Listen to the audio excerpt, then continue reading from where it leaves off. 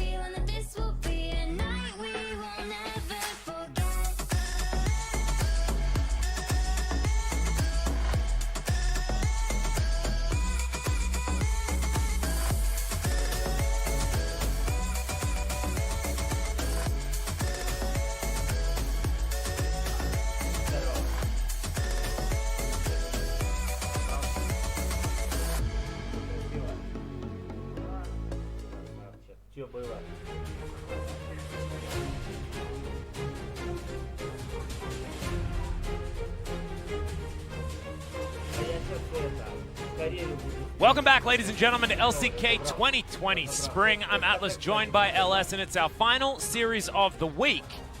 But you've all been waiting for this. Gen.G versus T1. It is exuding storylines across the board. We can even go to Kellen, and he's against another former Jin Air alumni over the other side of the rift. Like, there is just storylines aplenty throughout this entire match. And I can't wait to see which one of these teams is going to be better. I think after the Damwon series versus KT, smart money goes on Gen.G because Gen.G utterly obliterated Damwon, and then Damwon utterly obliterated KT, and T1 managed to beat KT and not Damwon. So theoretically, the harder team to beat was Damwon. You know? Are you following? Feel like Gen.G should theoretically, moving into this, be the favorites. I do like that. I like that, Atlas. It's a little bit, you know. Yeah, I don't know whether it works as rock, paper, scissors is that generally in the LCK, but we'll see. But there is a lot riding on this. If T1 lose 0-2, they are in 6th place. Ooh. Because they lose the head-to-head against Hanwha Life. They'll be even on points, but because Hanwha beat them earlier on, it means that they will be behind. Yeah. And that's why these matches against the theoretically lower-tier teams mean so much, because you can find yourself in precarious situations like this even at the end of the season. And the other thing about this matchup here today is, obviously, this is the conclusion of this week, but a lot of people have their eyes on what is T1 actually going to do here, because some of the wins that they did manage to pull off. Yesterday, I believe on the cast, we talked about how they've had like one good draft out of all of their games. Yeah, when we were filming the POG state, it was 1 out of 8. 1 out of 8. As far as winning drafts, yeah. It's going to be really surprising because some of the wins that they did manage to muster up came through just sheer outplaying the opponent on a mechanical level. Yeah, that was actually their Damwon series. Yeah, very, very long struggles. And so it's going to be interesting to see what ends up happening here against Gen.G, because I don't think that they would be so fortunate. And so I think the drafts, as always. Yeah, as always. It's always going to come down to that. And Gen.G had some creative drafts that we saw in their previous match. They were playing the Sejuani before it became cool. We saw Malrong trying that one out in our last series. It didn't quite work, but Clid won back-to-back games on that champion against Damwon Gaming. They were the first ones to bring back the Kai'Sa. Yeah. And we saw the AP Kai'Sa out from Ruler, and it looked fantastic. Seemed to open the floodgates for Nuclear. We saw him win on that earlier as well. Feels like Gen.G are doing a bit of trend setting here in the LCK. Yeah, and I think that a lot of people have them as the favorites coming into today. I know that when I was browsing around various Discords, as well as Twitter and just general stream chats, it does seem like Gen.G. Let's have a look at the points of the match, though, because this is biggest match of the split. I mean, it's a big call, but likely a true story, unless we're going to see DragonX really pull ahead after their victory over Afrika yesterday.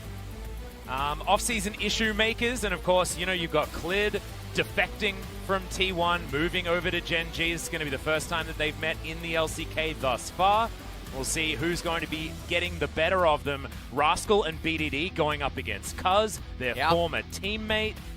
So many storylines here, and BDD versus Faker in the mid lane takes us back to 2017 Kingzone Destruction, where BDD was always beating Faker in this matchup, and then things undulated, things changed. BDD on KT, not quite up to snuff against this squad.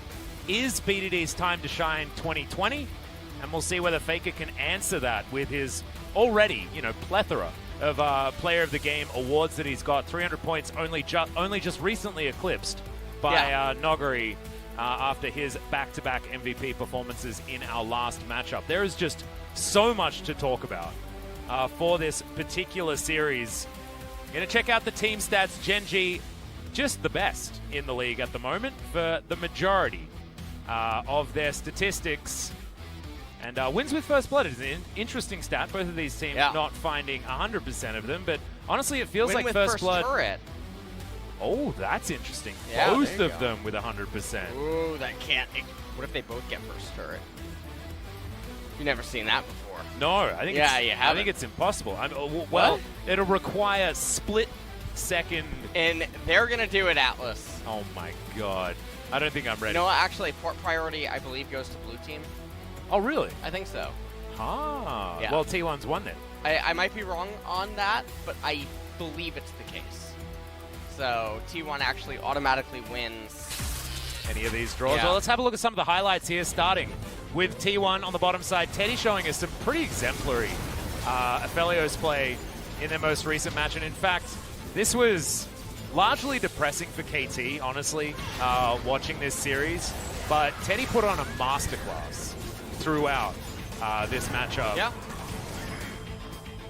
And Canna making his way to top spot as well, I think is a huge deal, because Roach did look like a player removed from Canna's skill level in the beginning week of the LCK. Canna looked a lot better than Roach, even though T1 is still clearly struggling to find an identity up there in the top lane. And coming into today's match, obviously, a lot of focus is going to be on the AD carries as well as the mid laners. Yeah. And so Gen G, they might, be able to get the unexpected edge though because of that top lane dynamic, but we'll see how Kana can actually do up against Rascal. Not one of the Elite 3 or Pokemon Trainer Red, so he's gonna be just fine up there. Of course, referring to Chovy there as Pokemon Trainer Red. Rascal has been finding a lot of success, though. He had a lot of attention in their match against Damwon Gaming and was able to turn it around after 2 ganks going awry in Damwon's favor. And then on the set, was able to just get the work done. And this sometimes watching BDD play Azir is just what you need, That was the game that was they were winning and then they won. Yeah. But the enemy team was winning until they were losing. Yeah. That's how that works. Yeah, you got the Scar reference works in one of those positions. This is such a cool matchup. Ruler versus Teddy, 2 of our elites. I think I'd put Deft in that list. Otherwise, they are the top 3. It used to be Deft, Bang, and Prey. And now it feels like we've got to Teddy, Ruler, and Deft in the LCK as our elite 80 carries that really set the tone for how to play this role. You can see neck and neck, 15 to 15, as far as player matchup against one another. There are so many of these stats, guys. I mean, we're highlighting one of the matchups right now, but there are just so many of these that we can go back to. We have to remember that, Ruler was on this on Samsung, I guess now Gen G, when they crushed T1's dreams when they were SKT in the World Final. Like, this goes back a very long way. This is a huge rivalry between these 2 squads, and I feel like Telecom War going to have to move over because we have a new match of the split for you this time around. And Ruler's got a pretty good KDA at the moment, just to point that out as well. He's only died twice so far in the LCK. I mean, he's doing pretty good down there. He's also been one of the more creative AD carries, obviously piloting the Kalista Tark. Yep. Dynamic down there in bot lane, and so we'll see if Kalista does end up coming out today. Obviously, Teddy, one of the other Kalista enthusiasts. He is. And with T1, they're going to be starting on blue side. I'm going to say that's actually a disadvantage for this matchup, and so Gen G should have the leg up there. We'll see what the first pick is going to be. I think there are a lot of really interesting things to look for in this draft to determine who's going to win out. I do need to highlight Teddy doing 37.2 of his team's damage. That's largely to do with their last series. He was absolutely destructive on any pick. I mean, he picked the Xayah, made it look busted, picked the Aphelios, and he is busted. Very impressive stuff. Rule has so far played 2 of those Kalista Taric matches, and we'll see whether we are going to get another one moving into this series. And I want to see if Cuz is going to bring out the Karthus. Because I was talking I was talking to Spirit the other day, right? I was back in makeup. I didn't actually work yesterday, but we filmed the POG State episode 2, so I was in the area. And so I went into the makeup room. I was having a chat to Spirit. I was like, "We're going to see Karthus today?" And he was like, "No, Karthus is a bad champion." Yeah? Yeah. And then he picked it twice. Nice. Oh my goodness. In the first game, he absolutely destroyed on the pick. So I don't know what to make of it. I don't know whether that means that community sentiment here in Korea is that Karthus is not a good pick, or whether he's just trolling me, and I think he's trolling. I think it's probably the latter. Let's be real. It's Spirit. It's what he does. And Kuz has been having a hell of a lot of fun on that particular pick. But Clid, if there's a jungler that knows how to get around certain matchups, Clid has shown that he is smart enough to navigate it. Yep. And now, despite the fact that things have changed as far as the jersey that he's wearing, he is still the same player. We'll see if Clid, alongside Rascal, BDD, Ruler, and Kellen, whether they'll be able to bring us over the line here. Well, no big surprises, obviously, out of either roster. To kick off this day, we are going to go into the pick ban here. Game number 1, Gen G versus T1. For all the marbles, and Atlas, I'm gonna call this game from the draft. Okay. All right. So we're watching one of the spicy. restreams. We're watching one. Yeah, we're co-streaming this. right now. Yeah, we're co-streaming. This is actually a replay. They're not actually behind us. That's why they don't appear on the camera. Got it. That's we're not actually putting us on screen for the rest of this because we've been teleported. The date right now is Sunday, February 16th, 7 p.m. KST. Aha. Right. Well, Pantheon and the set to be banned away here. Haven't seen the Ornn just yet. I have a feeling that T1 will be looking for a B1 of that one. Pantheon obviously banned away. Is getting a lot of attention here. Yep. In the recent week here, LCK, as Ornn is actually going to be banned away, and that's so surprising. The blue side ban is the blue just side crazy. Ban of Ornn is Gen G now going to ban Soraka, so we got some draft spiciness obviously coming out here as Aladios. No surprise for the Aladios pick, but I have a feel. Oh my goodness, Akali slipped through. And remember, this team has 2 Akali players that are extremely good. Now, BDD and Rascal are very proficient on this pickup. Been very vocal that there are answers to Akali. I believe she has 2 losses. Yeah, she's 100% loss rate. Yeah, so she's far. 100% Otherwise, loss she's rate. being banned. And this is going to be the last 10.2 before Akali has her kneecaps caved in 10.3. As T1... This is a much better item. Okay, Gragas, nice pick, nice pick. Thank goodness they saved it. They were going to go really, really bad until they went gonna, really good. Just going to Yasuo here. They're going to Gragas Yasuo. Oh, I want it, man. I've been predicting this a lot, but we just have never actually got it. After all the times of just saying that if a team wanted Gragas Yasuo, they would pick it first phase. Yeah. Oh, that's a Renekton. That's going... We went the other way. Oh, dear. Oh, cleared. That's his clean lease in that we're hovering right now, and he is going to lock that one away. Gen G with a lot of flexibility in their draft so far. Jungler locked in.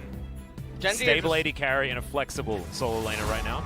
So much more versatile right now with what their champions are able to do. The Renekton is really dragging down T1's team composition. This is not Spear of Sojin, Renekton. Yeah. When this champion, if he's even, he's behind. But also, and if he's behind, he's... Remember that Genji dismantled the Renekton that was put forward by Damo. Dismantled it. Well, I feel like T1 playing into Genji's hands just a little bit here so far in the draft, but still, we're only about halfway through. A little bit over as Rumble to be banned away. And the LeBlanc being banned away as well. And do Genji just go straight to Kalista after this? Sorry, they can't because they've got an MF. Never mind. I assume lock away the support. Yeah, And they're then going to keep end all up... of your options open. I mean, Atlas, you already know. Brad. You already know what the support is. Why you? I don't know why you're playing hard to get here. Nautilus? Oh, Braum, Braum. of Oh, course. God. Okay. Well, it wants to block some barrels, Now, I guess. there's nothing better but to handshake it with a lovely Rakan or a Nautilus. Oh, no. Orally. Here or we the go. Thresh. That's fine, too. It'll probably be the Nautilus. Wouldn't want to pick a Zyra here No. when the enemy team's all short range No, and don't has do to that. engage. That's crazy talk. Wouldn't want to do that. That'd be... Nah. No. We're allergic here to... No, Zyras just have too much trouble getting any experience. Yeah. That's the issue. Never gonna pick one of those. Silly Billy. I mean, Oh no. we've been seeing more support mages and enchanters lately, though. Yeah, that's true. I mean, across the Bard everything. certainly And has been picking up some steam as I that's find Victor locked in. So funny when some support pro players will try to insist that mages can't go there, or that Braum and Tom are actually blind pickable, and it's like, no, it's mostly incompetence, the same way that most AD carries, even when mages were potent in bot lane, there were very few AD carries around the world that could really make them work, truthfully, and so it's a you problem, not the champion problem. Yep. Well, that's Talia. We're going to set up some walls around this rift, and no Braum on the other side to break them down, because they have, of course, picked that one up themselves. This is an old favorite for BDD, dating back a very long way. He's going to be piloting that in the mid lane. No surprise that Rascal is on the Akali top side, as he was always the Akali player for Dragon X when they were picking this champion many, many times, and he got extremely proficient on this champion as well. Genji feeling like they do have a mid-game composition, but one that does certainly round out very well, and all spikes at similar moments in this game. T1, on the other hand, have played a lot for lane. The Renekton doesn't lose lane. The Victor doesn't lose lane, but what do they do cohesively in the mid to late game is the question. We're saying that they don't really lose lane, but Talia initially rose to power as an answer to Victor back in the day, as well as Azir. So True. Talia's completely fine in this lane, and then also her high mobility and being able to influence the side lanes. Victor doesn't have that wave clear super early on, so he's going to struggle for a little bit. The Renekton, he's going to decay off really fast as well. The Gragas, fortunately, going to be doing some pretty good value here for T1 in this team composition. Aphelios and Nautilus need no introduction, obviously, as they stand pretty strong and tall in the current meta in terms of how they are perceived as Kali, Lee Sin, Talia, Misfortune, and Braum. And I like Gen G's comp so much more for so many reasons. They have so many more gears available to them. Obviously, the Lee Sin, not a very big fan of it, would much rather prefer the Gragas, but the Talia and the Akali, I think, are so much more valuable than the Victor Renekton. Yeah, I also think the way they nip around the map in the mid to late game stages, or at least mid game, I'd say like 20 to 30 minutes when it's teams trying to get towards turrets, things like that. I think the Talia will be so useful. Rascal on the Akali can be such a nuisance around that time as well on a couple of items. And Clid is also going to be hitting his stride, and we have to... Sometimes you talk about drafts based on, you know, what these players are going to be doing, but then sometimes you're talking about, like, this is Clid's Lee Sin, you know? It's not just any Lee Sin. This guy's just really good on this pick. A lot of comfort here on Gen G's side. As T1, just a lot of stability in what they decided to pick up. We've had many conversations about Victor. And yes, the Talia lane can be a rough one, but Victor doesn't have too many that he can't withstand. Both of our mid laners taking the phase rush. Looking into it. Some Conquerors towards the top side. All right, well, obviously Victor, like you're saying, is playing for lane. Has that Scorch on him as well. Talia, very interesting to see. Yeah, As we're you can see, scorching yeah, a lot, we're getting actually, it. aren't we? Yeah, we're having a lot of Scorches, and it's very bizarre, especially because both of these teams are not trying to just win the game early. And so Gathering Storm scales so much better than Scorch. And when you're a champion like Victor, yes, you can bully and you can out-trade the opponent and whatnot, but you can't really out-shove a Talia. And Victor's just trying to control everything. Now, I really do like... God, BDD. Faker has teleport, but Faker is... He's done with this lane. He's going to have to recall here in coming moments. Not having a great time, but is farming well. As you can see, a lot more red dots for him to pick up, and he's already ahead. And Seismic Shove is going to land. Onto the Victor. You can see what BDD's trying to do. He's trying to kill the champion. Doesn't really mind too much about the minions. It's Teddy and Effort down here. Have made it to level 2. But I'm so interested to see the power level of both of these AD carries, because both of them have been playing against lesser opponents so far. Neither of these teams have played against Dragon Axe yet. And Teddy and Ruler, I want to see which one is going to be on top in our trinity of veteran AD carry players. Well, let's see what ends up happening here as Cuz continuing to just clear his jungle. As Lee Sin, he's looking to Sin, and this is what I was talking about earlier. Talia has that high mobility, able to get places, and Victor has a really hard time at responding to it. So, Wave is coming back into mid lane. Faker even recalling right now. Maybe not gonna elect to use his teleport, as you can just see how fast Talia is. Yeah, and yeah, he does use the teleport, and so BDD is gonna find himself with a leg up actually in this lane, even though he's down 3 CS. Faker's gonna be down a very early teleport and having to build into items that Victor doesn't want to get right away. And also BDD is going to be able to make much more potent roams around this this early to mid game as well. So look to see what BDD can actually do to help the rest of his lanes. And I'm looking at Rascal, because we haven't seen an Akali make it to a mid game where she can dictate her own terms. All of the Akalis that have played so far haven't been able to find any success when it comes to mid to late game, because they've been put in a hole very, very early.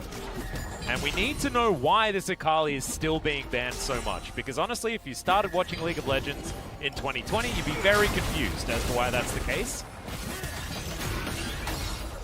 Well, we'll see what ends up unfolding here in this game. Cloud Dragon, first one coming up. Not super big, really, for either team. So a bit of a lackluster Dragon. Clid gonna be spotted out on this ward. Not a bad ward here by T1. As now Cuz, he's just gonna continue to keep power farming, and this is one of the things I really don't like about Lee Sin.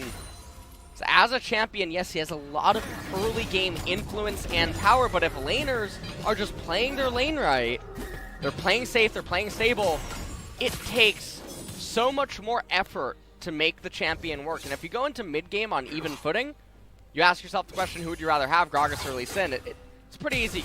Whoa, that's a flash forward from Kana. He's looking for Rascal. Shuriken backflip going to come forward. Flash going to be used, not over the fat part of the wall.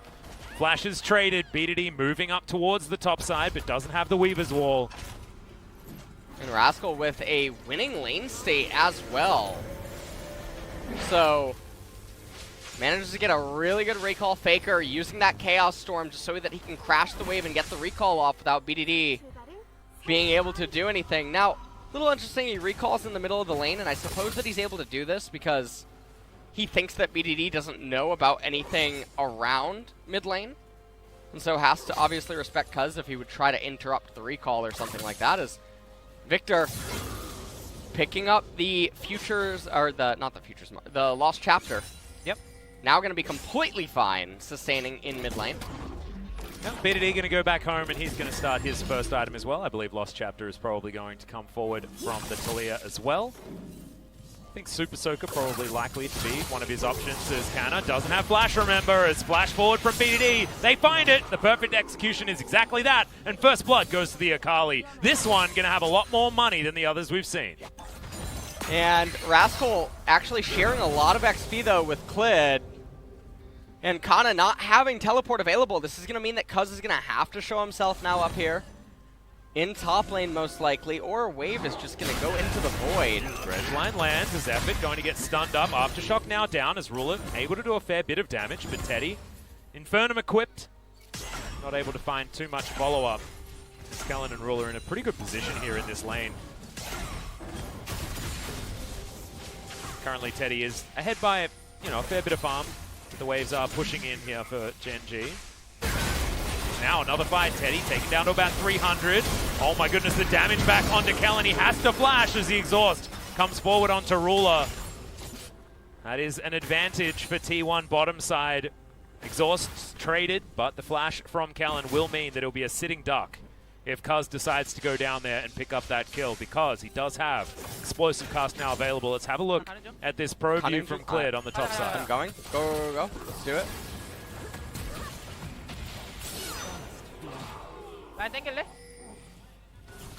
Really nice stuff. Influx of 600 gold for the team. If he wanted to do something. I didn't pick up the... he asked if you want to hold the lane. And I believe they said no. They shoved that one out. As Gen G pick up the first Drake of the game. Second one will be the Infernal. So we have Ocean Drake or Mountain Drake as our souls this game. Not bad ones. Especially, both teams have ways to fight back against Mountain, which is really good. good. Is not exactly coveted. But Mountain does... Cuz. Nice work. Oh, Barrel comes in. Blast gun going to be taken. But Mountain really does just completely asphyxiate the top laners.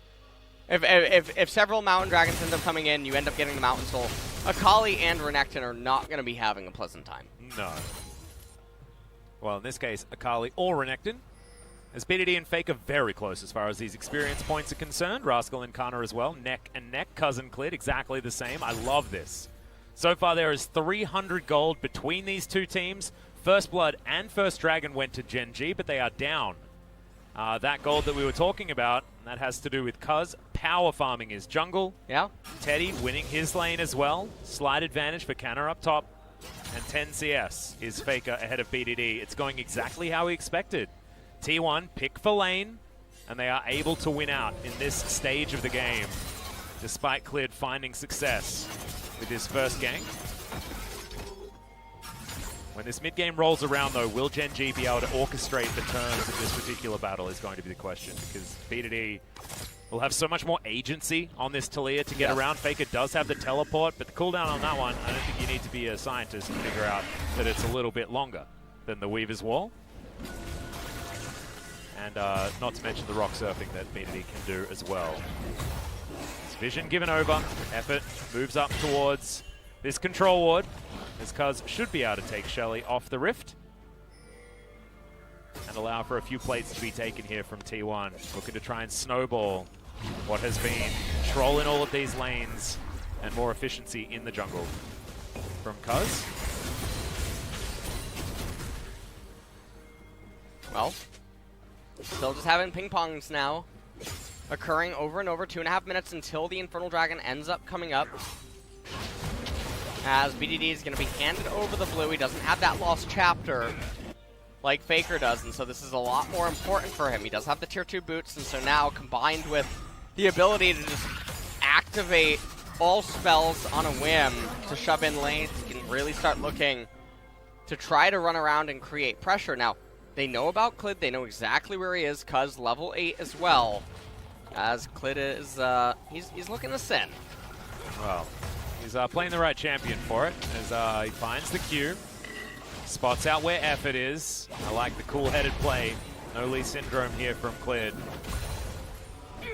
As a very, very close early game. And I think you can feel the pressure that both of these teams are under based on the expectations from these squads.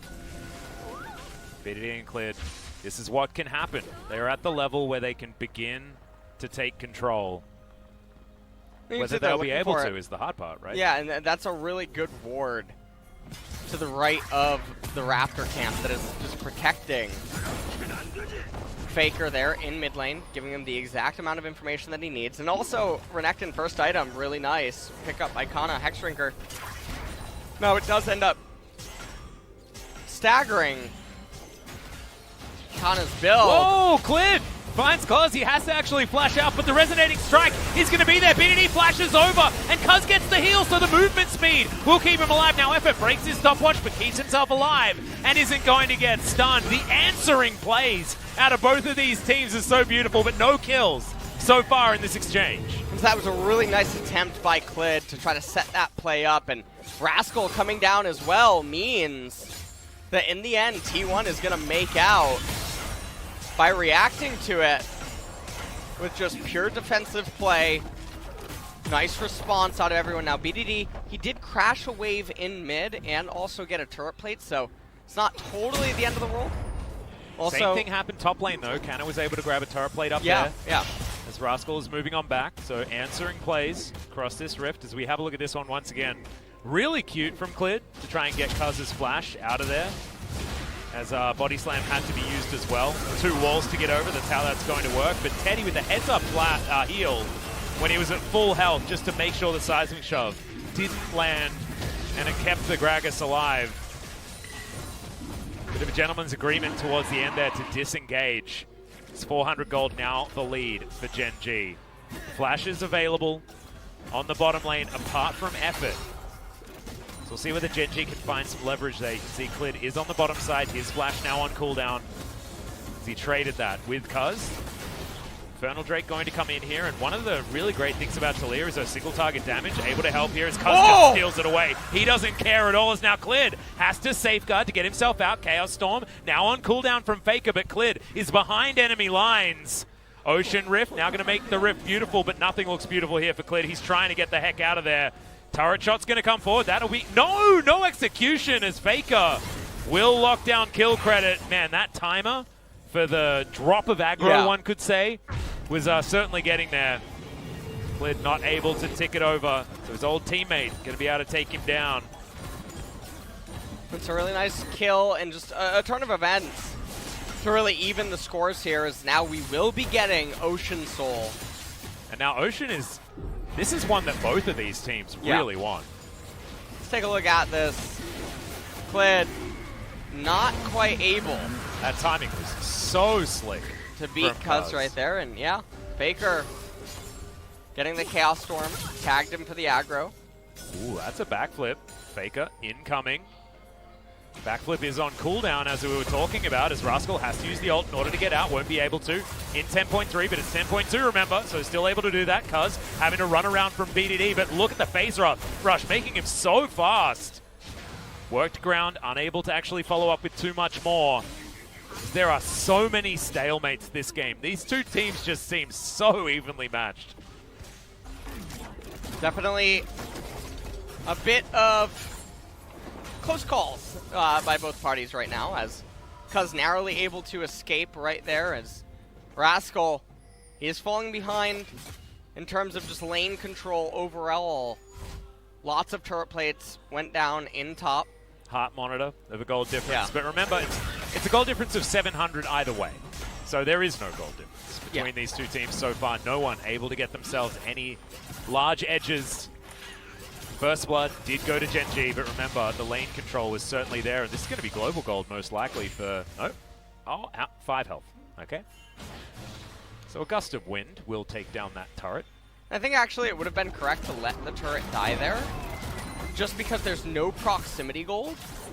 And so it would end up detracting from some of the true first turret value, and it's not like Gen G are actually in a race to get a first turret anywhere.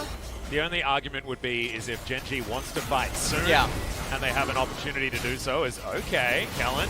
Unbreakable's going to get some work done as he tries to answer with his own ultimate, but Effort just walks out of the way of it. Bullet time now on cooldown as well. The Moonlight Vigil is still there for Teddy. The advantages are not exactly large for either of these bottom sides, but now swings back in the favor of T1 just slightly. See if Rascal does jump back onto Kana here as the 5-point strike comes in again, but he's in his shroud. He's going to be all right. Cuz moving on up. They really want to try and get some damage onto Rascal, but he's underneath the turret that isn't going to offer him any support as he flashes out of the way of the barrel. Doesn't find anything. As T1 can't actually get towards this one, Cuz is going to end up walking over, and I believe that auto attack was able to do 5 damage. Congratulations. Not able to get the kill, just the flash, without having to trade Cuz's own. And now should be able to grab Shirley as well. Yeah. Unless this ward dictates that Gen G do want to try and fight this one. Ruler and Kellen, they're the ones with first response. As you can see, they're barreling down through mid. Yeah, bottom lane for T1 were away.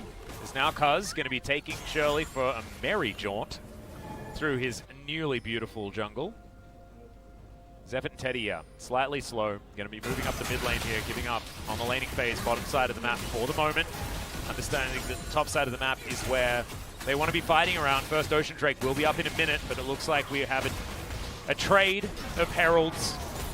Shelly for T1, Shirley for Gen G. They will take that one down. And where they're going to use it is going to be the question here. And... oh no, can't missed.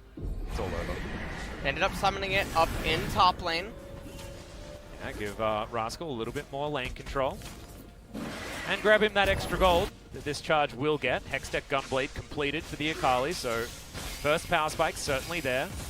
Likely to be something like Oleandri's Torment to come in next after he could potentially grab himself the Tabi.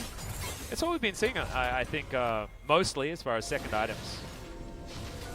But now 3 seconds, Ocean Drake coming in. Ruler, slightly dangerous positioning, but Gen G are ready to back him up. Control ward going to be taken down. Teddy in vision now as this ward does spot him out. Cuz will find his own control ward here in the brush. Q goes wide. A bit of damage there, but Rascal, he's rotated over. This will be a 5 versus 5. If a fight breaks out, Death Ray doesn't find the target. As I don't think Gen G really want to go for a 50-50 because we know that Cuz's ability to line up all of his skills at once and guarantee that burst damage is just too good. So Gen G do back away.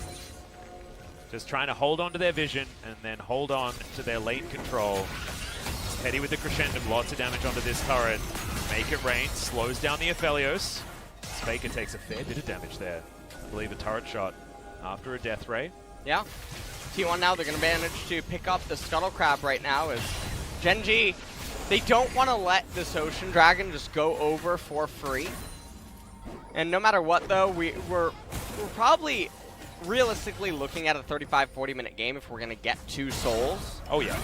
And unless something catastrophic goes wrong at 25 minutes, it's really looking like we're going to have another one of those super big lull states. And again, a very big byproduct of this is all the lanes were just sort of pushing in each other's minion waves and then trying to do something on the sides. But then because the sides were also doing similar stuff, not really too much able to be achieved without the enemy being able to respond. And so we're at the stage of the game, and you can see both junglers are falling really far behind the solo laners in terms of XP.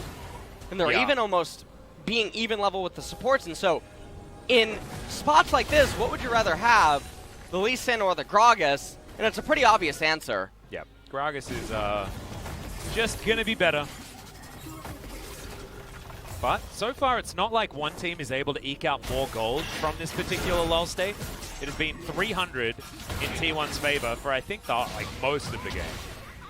Is what it feels. BDD is going to go up towards the top side, grab this crashed wave, and T1 will win the war of attrition. They will be able to pick up this Ocean Drake #1, and we'll come back in 5 minutes and see whether a fight will actually happen over the next one. Cleared going to steal away the blue buff, which actually might be a big deal. Faker certainly wants that, to be able to have that reliable wave clear.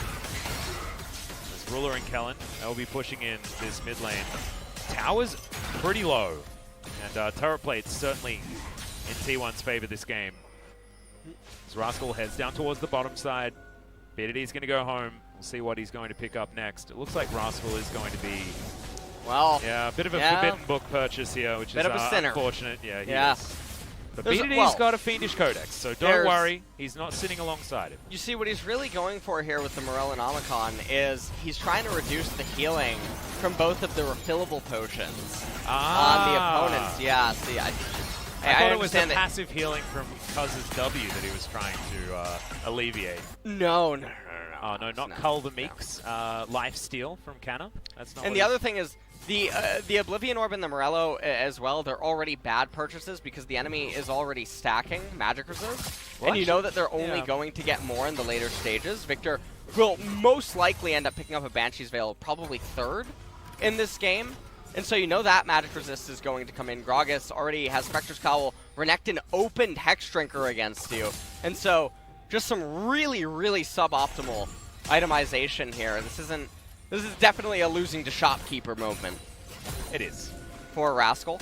Doesn't feel great. Hasn't even completed his Ninja Tabi, which I believe is what he was going for. Earlier on, goes home. And Fable, that's, there it is. That's well, at least now he can't build it again. So it can only make us so disappointed. As Gen.G with a team that were able to actually impress us with a lot of their item builds recently. So Rascal letting the team down just a little bit is cleared. Going to be discovered. Not sure how that information was gleaned, but Effort has to flash in order to get out. Gravity Field from Faker just trying to zone as T1 take the Baron Pit exit from the enemy jungle. We're once again going to have the pressure alleviated and the lull state resumes. Infinity Edge is what Gen.G is waiting for on Ruler before they can start off any reliable fights. As there's the barrel. Cuz can start a fight if they want to, as Faker's going to clean up the 80 carry. Kellen goes golden as Canna has already teleported in and cleared. He's clearing out wards. He doesn't care about anything. And because there's no way they're going to take back this fight. And the Baron has been started. Rascal just face checking right into T1 as he does get out of the gravity field. Gonna have to be really careful. Weaver's Wall coming in, and that is, the minions are about to go on a bit of an adventure. Hold on. They really are going on. Yeah, they are. That's a key one.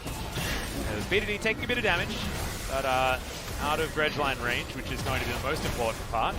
As everything's exploding, the siege from this T1 squad is working out very, very well as we tick towards this mid-game, or tick past the mid-game. We'll have a look at this one more time, yeah. You have to wonder, why is Ruler moving to the left-hand side? And there's no reason. There is absolutely no conceivable reason why he would feel compelled to move over to the left-hand side. Baron is not a real objective at that point in time. Doesn't matter if the opponent has vision over there on that side of the map. It ultimately is just luxury vision. So now, Gen.G, they found themselves down about 1.5 thousand gold as T1 is spending a little bit of time getting to waves. So it look like 1.3, 1.4. Yeah, realistically. The first real lead in the game now for T1. Teddy will move back to the mid lane, continue pushing this one out. It's a long lane for Gen.G. His outer turret spin to top means that Baron vision control is going to be something that T1 can play around as we move later into this game. And remember, when there's a Felios, Baron is an earlier possibility. Yes. Realistically, it's probably going to be on the table here around 28, 29 minutes by both parties. As Victor, it does look like Fiendish Codex, so I think that's going to be the Banshee's Veil third, like I said earlier. Be hoping so. Feels like a heads-up choice. And that gives him the option to play a lot more forward against Gen.G. Oh no. We're almost caught out of position once again, but Effort unable to quite line it up as Kellen throws down the door, but the ultimate isn't really able to do anything from Kellen. Barrel going to be dashed immediately out of, but that means no ultimate now available for Rascal after this second charge has been applied, and T1 will take that control towards the Drake Pit. Gen.G moving over to Baron, though. They might be going for some form of trade. Yeah, they might try to actually cheese a handshake here, but T1, if they can just get this Ocean Dragon, there's no reason to go over into the Baron. This is the way to lose the game. Denied, cleared! The Insect play is now Effort, trying to run out of there, but BDD says no. Seismic Shove collects the Nautilus. They are able to grab one pick, but The Ocean Drake will be going down in favor of T1, taking Canna a long time to actually lock it up, but they will be threatening Soul Point after this next 5 minutes of the game. Alice. Yeah, man. Drake Point. It's Dragon Soul Point, isn't it? That's how it works. DS Point? DS Point? No, that doesn't really roll. You know what? I think that we're gonna have a Twitter poll. And given my track record in Twitter polls, it's not looking good for you. Ooh, that's a good point. I might actually check in on my T1 Gen G Twitter poll that I did before the match, and we'll see who managed to win that one out. I only did an hour long. So, I'm gonna make a Twitter poll after this game. T1 by 2/3 of the votes. Okay. So judging by how well this game is going, T1 fans are savants. Yeah. Not well. Are they sinners or are they saints? That's gonna end up being the main question here, as we're in a bit of a lull state. I'll be honest with you. Did you know that the new Sonic came out? Yeah, haven't seen it yet. I saw a lot of. I don't mean to say this. I saw a lot of Facebook posts. Oh no. Yeah. You still have that. Well, you know my grandmother, woman. Have you heard about her? No. Yes. Yes. Yeah, woman. Yeah. Yeah. So, a lot of people. Every single time I call her on stream, people they think it's so rude. But my whole family, her children, and then obviously her grandchildren, we all just call her woman or the matriarch. That is also the law. So those are her nicknames. Oh my god, that is so good. The law, like from video game high school? Just the law. Oh god. You know, like we used to call my my grandma on my dad's side. We used to call her the queen. Yeah, I mean, that's how I learned basically, how. That's basically the matriarch. Yeah, you know, she taught me how to use cutlery at a Yeah. fancy dinner table when I was like 7. So yeah, she definitely fit that category very well. T1, interesting item builds over on this side. Spirit Visage being the second fully completed item here from Cuz. Wanting to make sure that he survives against BDD and Rascal's damage, I guess. Should be able to help him out, but, I mean, the extra healing, not going to be amplified, LS, because there is a Morellonomicon ingeniously purchased by Rascal. Well, the Spirit Visage almost ends up actually negating Morello. T1 are just taking the Baron. Yeah, they have Eladios, and so they are starting it up, but Genji does know about it. Yeah, T1 were just testing the waters, trying to draw the attention back, and that will save their outer turret bottom lane for the moment. Obviously, right now, this is the start of the game. This is the phase of the game where I would start making suggestions about the magical F word, but... Oh dear, don't say things like that. That's very rude. Not going to do it. We don't talk about cold times here. It's snowing outside. Are you a freezer or are you a melter? That is basically what ends up going on here, as lots of stopwatches. Right, he is melting the wave. And he's going to walk up. He's going to melt another one. Look, you know what? You might be right just there. As 3 items here for Teddy, he is a big boy. We're still waiting for him to really have a pop-off. So far, he's already picked up 1 kill for himself and has a pretty big bounty. We saw this as well between Genji and Damwon, where nothing happens for the first 35 minutes, and then there is 1 team fight, and that's it. That's the end of the game. Yep. And so it is a huge build-up with just 1 ending, and I saw a lot of comments on Reddit about this, that this seems to be what LCK is, I'm not going to say evolved into, but... Changed into? Yeah. Let's go adjusted? With that one. I think there's a prefix that you could put before evolved that would be very apt, but... Oh, yeah. Pre-evolved? I mean, you know, prehistoric maybe with the kind of gameplay that's going on here, but... Unevolved? Devolved. Oh, that one. That one. Oh, you were talking about a real word. Yeah. Oh, wow. Strange. Yeah. It's unlike sometimes you. Sometimes I don't do that. I like to make them up. Well, 30 seconds until Genji have some tough decisions to make. Oh my god, Cuz! Knocks him out of his own flash, but now Canna. He can be used as a taxi in order to get out, but not if he's dead, Cuz. Gonna take him down. My god, this guy's Gragas is so clean. Moonlight Vigil, not so much. Is Rascal able to walk casually to the left in order to avoid that one. But now with no jungler on Genji's side, it should mean Ocean Soul for T1. And so Genji, they're just going to have to give this over. And honestly, I mean, you've heard me talk about it before. This is really sad to see that there's not even an attempt to see if T1 would end up making a mistake. This game is so over.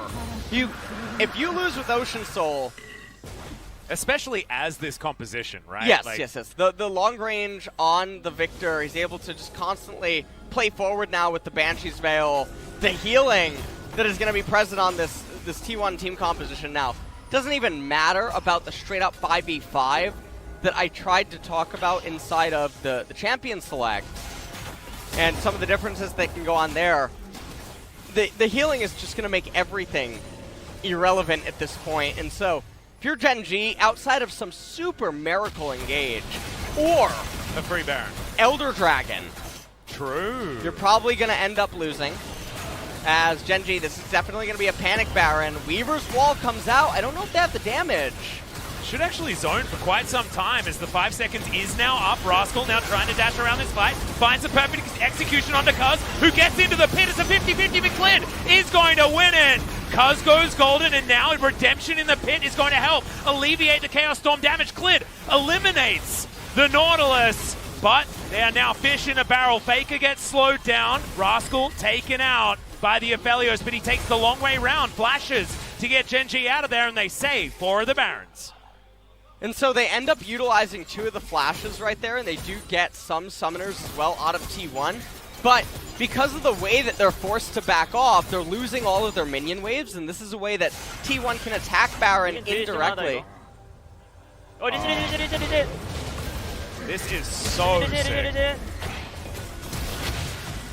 You can see the mouse really fast. He knew exactly where Clid was going. Like, yeah. That interruption was just so incredibly clean. Really, really good mechanics. And I remember when, well, I mean, we'll take a look at this replay and then I'll go into that point, but you can just see the healing that ends up coming out. Watch this Renekton get in there, and then the Ocean Soul is, what is that? So disgusting. It makes it so that oh my God. You have Soraka on your team right now. They are blessed by Soraka. Mm-hmm. And so that's the sixth hooved lady. Yeah. Is the Soraka from the heavens. There's like a Papa Smithy Soraka skin right now that's just blessing T1. Oh yeah. Yeah, like a Guardian Angel. The Papa Bless. Yeah, the Papa Bless right now. And you know, the preview that we just saw about Cuz, I remember when T1 initially picked him up and I said that it was an upgrade over Clid. Whoa, Faker's flashing! Oh, man. That's the Chaos Storm. Does do a lot of damage to Kellen, but now Flash and Chaos Storm going to be on cooldown. Moonlight Visual does a lot of damage. My God. That's a great Calibrum champion. Crescendum is disgusting. Oh, how does Teddy have it whenever he wants it? So silly. Well, Aphelios is just going to lay down a turret. This game, even if there was a fighting hope for Genji, on even footing, there's just not going to be against this Ocean Soul. So unless T1 ends up getting CLG'd, I just don't see a way for them to realistically lose. It would take some super unrealistic cheese or I don't even know, Atlas. I'm really trying to describe it to you, but words fail me. Yeah, no, I can tell. The weird thing about it is that Genji are ahead in gold right now, so in theory, not too far behind. And they've got standing gold left on the map. You can see BDD going to be able to collect 1,000 of it approximately by heading down here, and that is going to extend the Genji lead. So far, I mean, the Baron power play was about 1,400, so yeah. It's not negative, but still. Does feel like Genji up against this Ocean Soul are going to have a rough time. BDD's finished item number 3. The Void Staff has come forward. Rascal as well with his Zonya's Hourglass, but he needs a Void Staff himself. It'd be really cool if that book was a Void Staff, even if they are against an Ocean Soul. I feel like the Akali's AoE damage isn't going to be able to apply it extremely reliably. And now also, the other unfortunate thing here is that BDD, he has the Void Staff, but he needs to also now pick up Morello. And there also needs to be an Executioner's Calling picked up on this Misfortune, as well as the Lee Sin. They need every single champion, realistically, to have healing reduction, just so that the debuff is constantly being applied, because against Ocean Soul, it's going to help them so much more than other typical 4th and 5th items that would end up coming in. So we got to about 2,000 gold as the lead for T1. But so far, I mean, there's been a fair bit of stuff that's happened, but none of it's really pushed the gold lead in favor of anyone. Just feels like the Ocean Soul is what's dictating the pace of this game right now. If Gen G can actually somehow steal the Elder Dragon, oh yeah, that's when Yugi comes on the screen. Tells you that we Grandpa's found the deck trap doesn't card. have it summons Exodia. I like how the animation for it is actually just like that moment. Teddy, Moonlight Vigil to try and answer back as we've got a re-engage from T1. Clid is looking for Teddy with the Q, but doesn't actually connect it. Safeguards out to relative safety, but now he is very low on health as this Elder Drake is spawning. He's gonna be gifted all of this honey fruit. That should help them out. You can see wards in both of these extended brushes that the Ocean Soul has given this map. Now Clid finds effort with a Q. He's still on 50% health. And Teddy is just a very scary man right now. Infernum Severum, so not exactly optimal weapons for this fight as Clid somehow threads the needle and finds Teddy. This is such a difficult dance to do right now for Gen G. T1, they could just turn around and start the Elder, but instead they're going to fight. Yeah, here's the engage. Stand behind me from Kellen to try and disengage the situation. They do so. As BDD got a lot of work ground to work with, which is not ideal for the Talia. The T1, they're looking at this Elder Drake, thinking that they might just be able to start it up. Rascal over, spotted by this control ward in the back of the pit. He'll clear that one out as Elder Drake will move out of this Drake pit and reset. T1 thinking of holding on to it. Yeah, T1 is holding the aggro, and so Clid is getting a lot of HP. Weaver's Wall's going to be here. If BDD can use it to split up this fight, it will be huge news for T1 as now the fight has started, but BDD hasn't cut anyone off. In fact, he's just cut himself off as now Clid finds the backline, finds Canna. The bullet time doesn't do enough. Gen G, they just don't do enough as now we're looking to try and 50-50 this Elder Drake. And Clid is just taking damage. Yeah, too much of it there as well, as Elder will once again reset somehow. No one is dead, but so many abilities are on cooldown. No flashes invested, only Moonlight Visual and the ultimate from Renekton are available on T1's side as far as ultis are concerned. Just the Glacial Fissure for Gen G. And now T1, they're clumping up right now. Faker checking for Clid, finds him. Really smart from Faker. And it resets again. Alice, this is so intense. Oh, man. We're just waiting for cooldowns to come back up. Dragon Rage is there. We're a quarter of the way before bullet time can be utilized. As Clid, I mean, he's got a clear opening. This is going to be a 50-50 as now BDD looking for Cuz, doing a fair bit of damage, but now Faker's moving on over, finding Rascal, just trying to one-shot him, and he does so! Now it's a 4v5, and T1 have control. Gen G, they should have seen that and then gone for that 4v4 when they were taking the damage, but they're unable to do it. And Faker just takes matters into his own hands and declares terms. As now bullet time going to be cancelled very early. As Canna had closed in. Now Cuz has been zoned out by the Weavers while they have to stop damage, and they're taking so much of it. Teddy's got back to Calibrum Crescendum, and I think this should be the Elder Drake lockdown for T1. Cuz is in there, Clid flashes, tries to get the jungler out. They do so, he's got a GA, as now they're trying to burst it before he does come back up. No, they're going to intelligently just hold on to it as Cuz. Clid has gone down, Cuz is still dead. Faker blocks down the Elder, and that should mean game for T1, despite them still only having 1,000 gold in the lead. And Atlas, they're going to go over to the Baron. They're going to get that as well.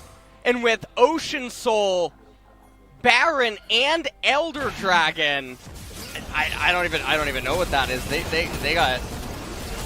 I don't think I've ever seen that in a game before, in competitive. Maybe it has happened and it's just blanking, but it is such an overloaded, stacked amount of abilities. Oh yeah. And just stats that are just going to be given over, and actually they're not going to start the Baron, and so that's a little bit interesting. Actually eating up a lot of their Elder Drake time by going for a reset here. As Rascal, he's just trying to clear the mid minion wave, and Faker doing a really good job coming in there as Victor, picking him off. Take a look at Clid and what he ends up doing here. Cuz doesn't have the Guardian Angel available. Gets the insect play right into BDD. I think that might have been a mechanical error there from Clid, as he hadn't actually buffered the kick before he flashed. Slightly unfortunate. Faker ends up securing the Elder Dragon. But that was still a 50-50. That was super close. That was such a long dance. We actually got to witness one of the rarest sights in League of Legends. That was a River Ram. Ah, yeah. The River Ram. Yeah, a River A-Ram. Whoa. All random, all river, you know?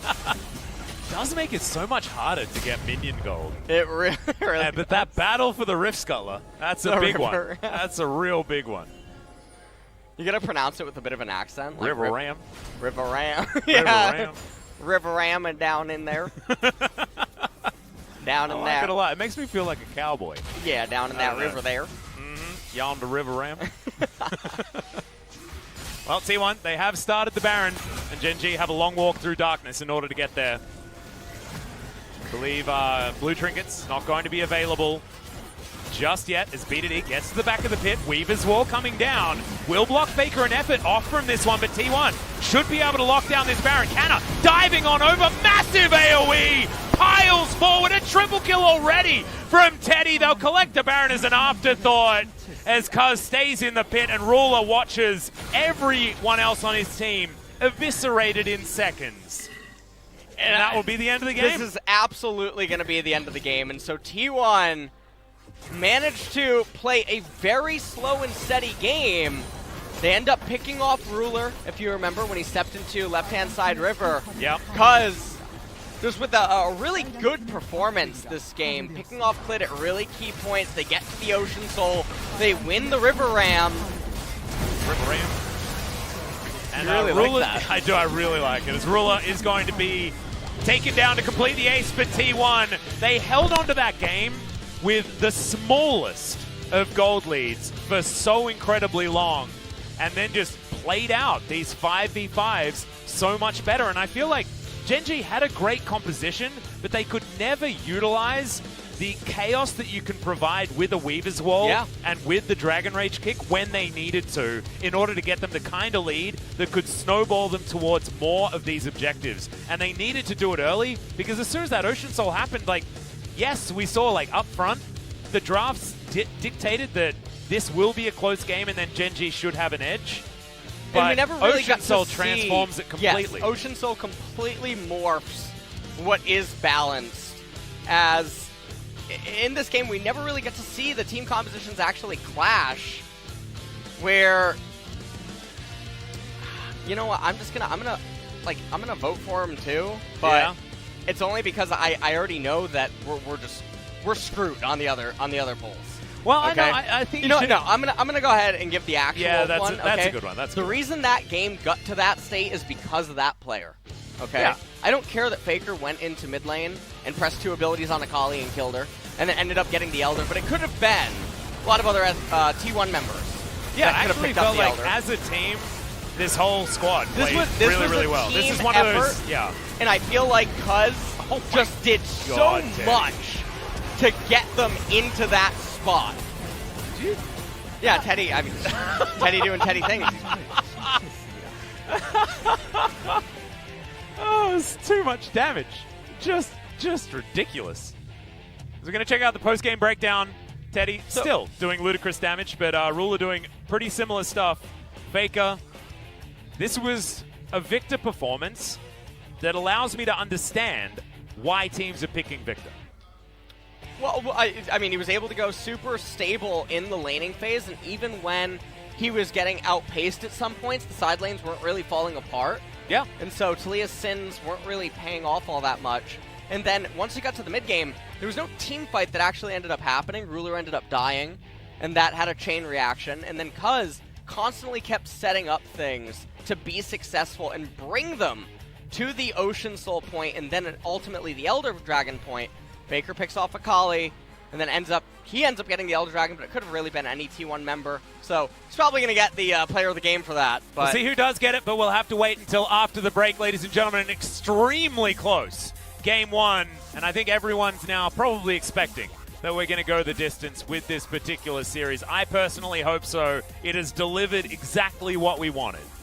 Two, theoretically, of what could be the best teams in the LCK going head-to-head right now. Gen G in top spot.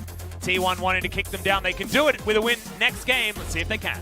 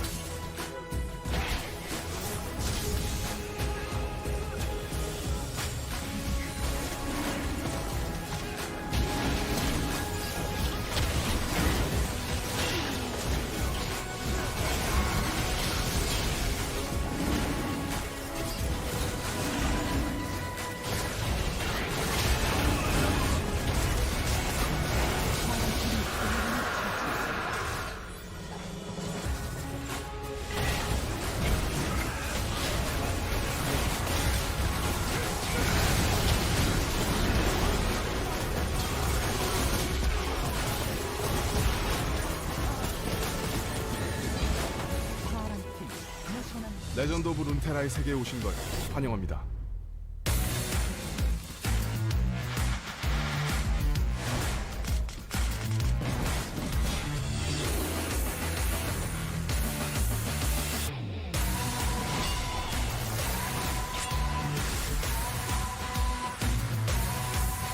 이것은 실력 지상주의 뇌지컬 세계. 자, 이제 그럼 한판 붙어볼까? 레전드 오브 룬테라.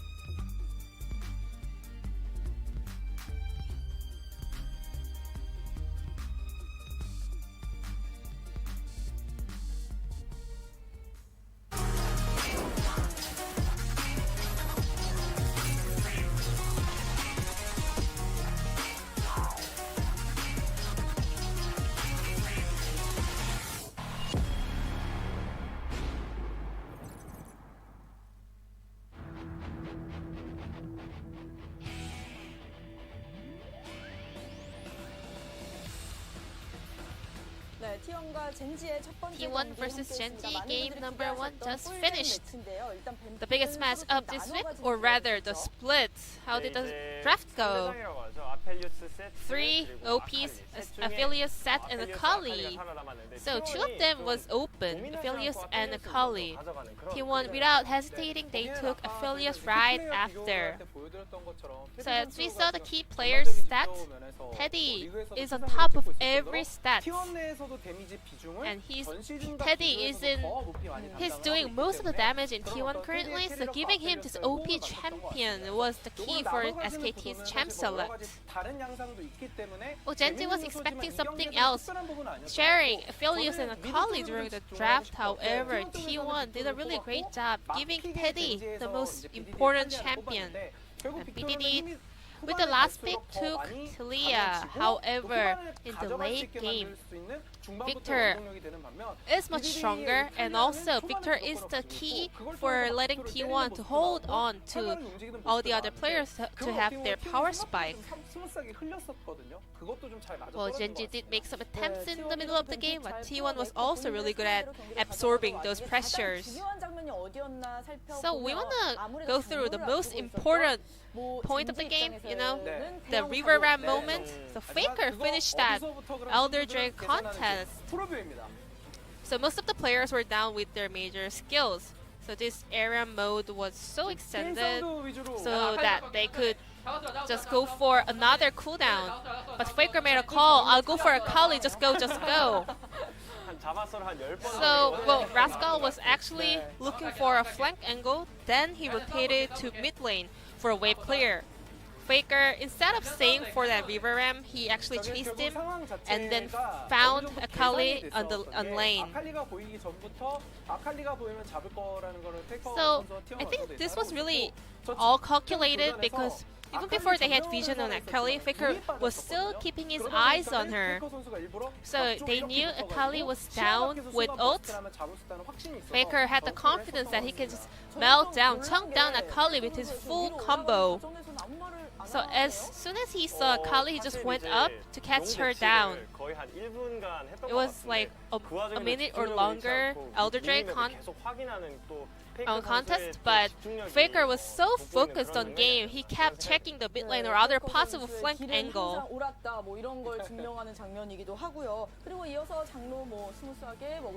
However, Genji had one shot to turn things around. So this was a very dangerous 5v4 moment. However, Clid made a fantastic engage over here. He went in and picked up Gragas. He was waiting outside of the pit, and the rest of the Genji players were trying to poke him down. And as soon as he found him with his Q, he went in for a combo, and EDD followed with W. However, sadly, Clid was also picked up by SKT or T1 player after that engagement. So in the end, T1 took the Elder. I mean, it's really hard to decide in those kinds of moments, right? Well, actually, as Faker took down Akali, they were already outnumbered, and also T1 had the Ocean Soul as well, so I guess Genji wanted to make a play over there to find a breakthrough. However, T1 managed to play against it really well, so let's check out who is the POG for game number 1. It was Cuz on Gragas. Watching this game was actually praising Cuz so hard. I mean, this game was really hard to pick one specific most important player, but overall, Cuz was so impactful all around the Rift. So every play that happened in game came out of Cuz today.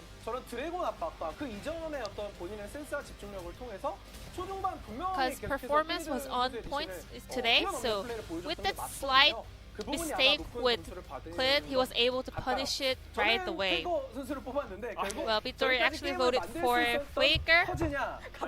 However, well, Faker gave a huge final shot to close out the game. However, Cuz was the one that enabled their teammates to wait till they can have the game they wanted. I guess our English casters were on the same page as well. So it was 5 on Faker and 7 on Cuz. I guess definitely both players all deserve this POG today, but Cuz was the one getting this POG point for this game.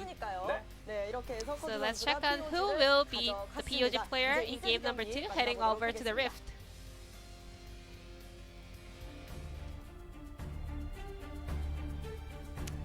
Yeah, welcome back, guys.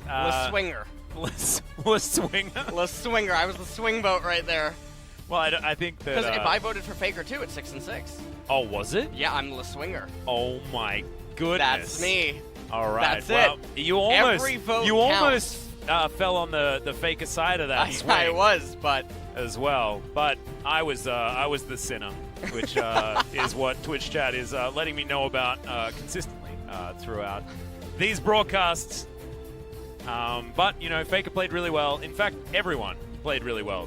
This was just a great game of League of Legends. A very, very close one. I don't think the River Ram necessarily needed to last as long as it did, but you can see that the tension is so high between these two teams. There are so many nerves that play such a part in a battle like this. And now Gen G, we'll see whether they can turn it all around. They're going to need some pretty consistent mentality in this particular game, as that is a good ban to start this one off.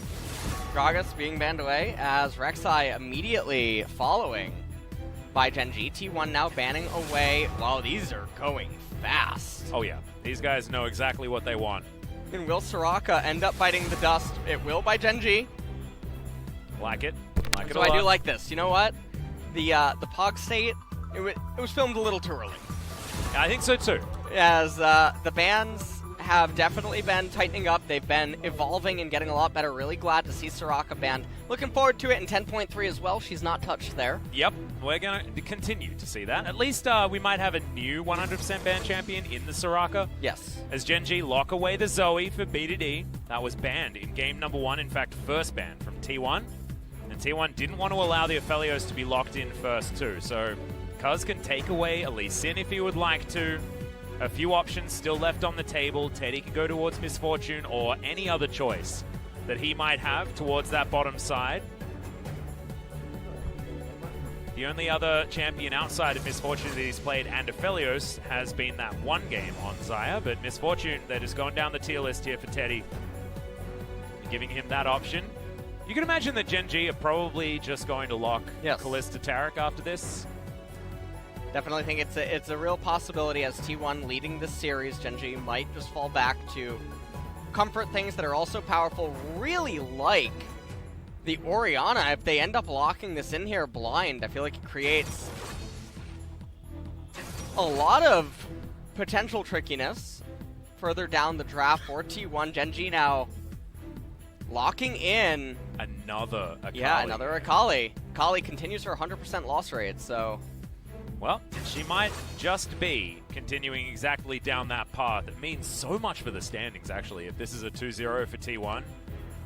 It's a lot of leapfrogging going around towards the top of the standings. I believe that T1 will propel themselves towards 3rd place. Yeah. Outside of what was 4th.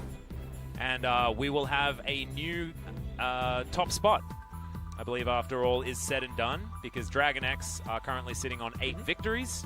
Gen G with a better win record at the moment.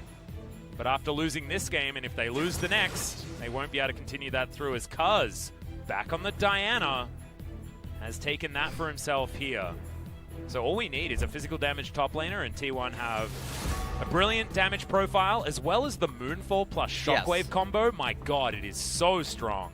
Because you pull them all in with the Moonfall and then layer the Shockwave over the top of it. And unless you've got crazy movement speed or many, many dash abilities still available, that is what you're going to be able to do. Kalista, intelligent ban here out of T1. No, it's either going to be Xayah or Ezreal as the final ban for T1. Renekton banned away by Genji. And I think we're looking at a Varus for ruler if we're going down the tier list. Yeah. Or we'd have something very weird like a Jinx end up coming in. Yeah, or an Ashe or something like that. Yeah. Playing with a little bit more control. Ooh, As Kai'Sa was Kai'Sa. one that we weren't actually thinking about, but is certainly another option. Ruler showing us that choice in the Damwon series earlier on this week. Final ban will be that Nautilus. So now, Teddy, what are you going to be picking up here? And it looks like... Gangplank. And counter-picking for support as well on T1's side. I like it a lot. Yeah, and Gangplank does annihilate Akali straight up. That would be a really powerful pick. Also gives you so much control across the map, but now Kled being hovered. Also has a pretty decent time, and that one's going to be locked away as well. A lot of dive potential now that the Kled has been added. So it means that T1 can play very aggressively around the top side of the map, and we know that as soon as about level 3 or 4 comes in for the Diana, she does do a lot of work. Now that her dash isn't her ultimate, closing the distance is no trouble for this champion. Yep. Counterpick support is reserved. Will we see a mage end up coming in? And this makes it a little difficult for Genji now. They might end up just going with the Xayah Rakan down in bot lane, and that would make 4 champions that are really susceptible. Oh, Leona's still available. All right. That's a really easy lock-in here for T1 if they do want to go for it. Of course, does work very effectively into the Rakan. Lux, Zyra, Nami. So there's so many mages that are available. Don't let me see the Leona. Bard. Although I actually don't think that the Leona is that It's bad. not bad. In a spot like this. But Oh, but Morgana Okay, is also all right. pretty good. we got another mage. So this is quite nice. Now it's not one of the super oppressive mages, at least not in this lane dynamic, as something like the Zyra or Lux. But it is definitely very controlling. And do you know what it does? It protects you in the mid-game from these stray bubbles that are going to be flying around the rift. So if Effort is ever with one of his teammates, he just watches that bubble, watches for where BDD is. T1's got... Now we're up to 2 out of 10. Yeah. 2 out of 10, so 1 in 5 times they're getting a good draft. Do you know what? It's better Yeah. than week 1. Do you know how many times they had in week 1? 0. Yeah, they had 0. So moving up to 20% from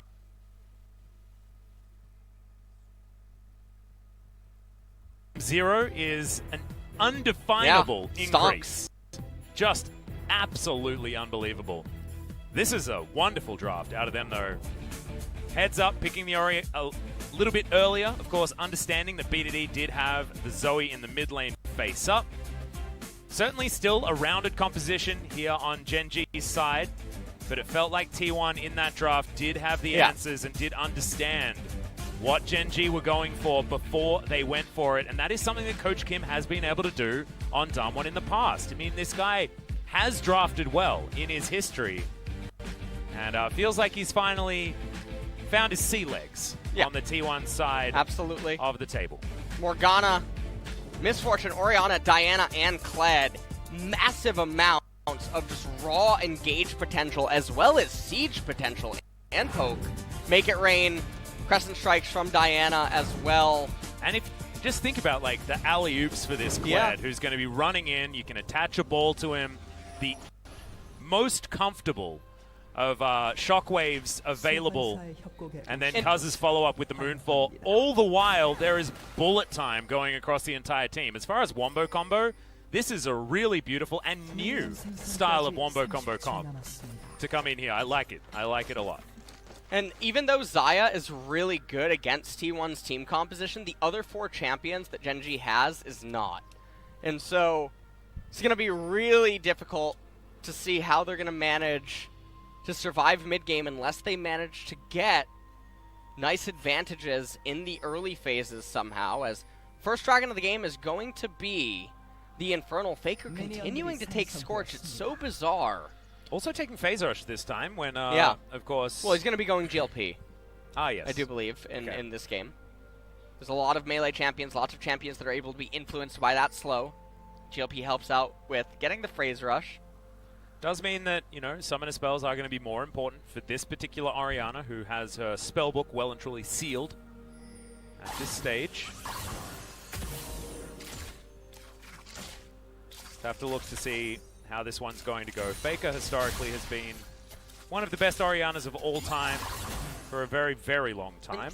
A little interesting, Cuz taking stopwatch instead of boots, and Diana is typically a jungler that likes to just power farm inside of the jungle and try to scale up. And, you know, I really like the jungle diversity that we are getting. We're not getting the Elise and Lee Sin this time around, obviously, in this game. We have the Jarvan. Now, I don't know if this Jarvan's going to go full AD, or if he'll end up going the full tank route that we've seen plaguing so many regions across the world. Kind of having the worst of this draft thus far, as the bear trap on a rope is attached to the Akali. Level 2 now gained. Cannon with the ability to joust around the top lane now.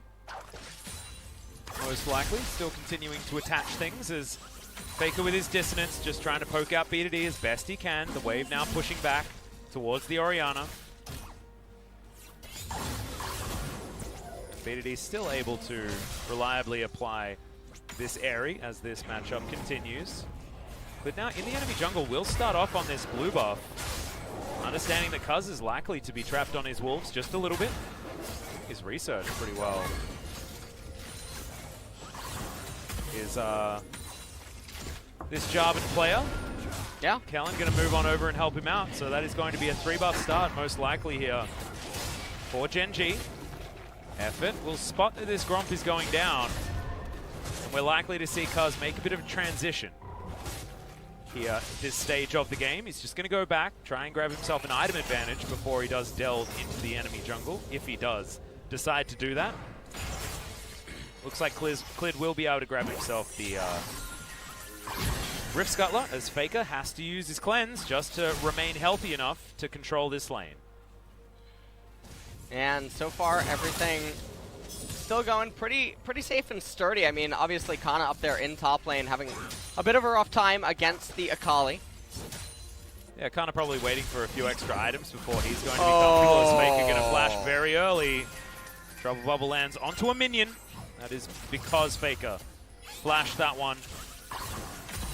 But Clid finding the one-up against his former teammate. It's really good weird. News. You just saw Faker actually cast the QW onto the Zoe, even though he should have no intention of actually trading against her anymore.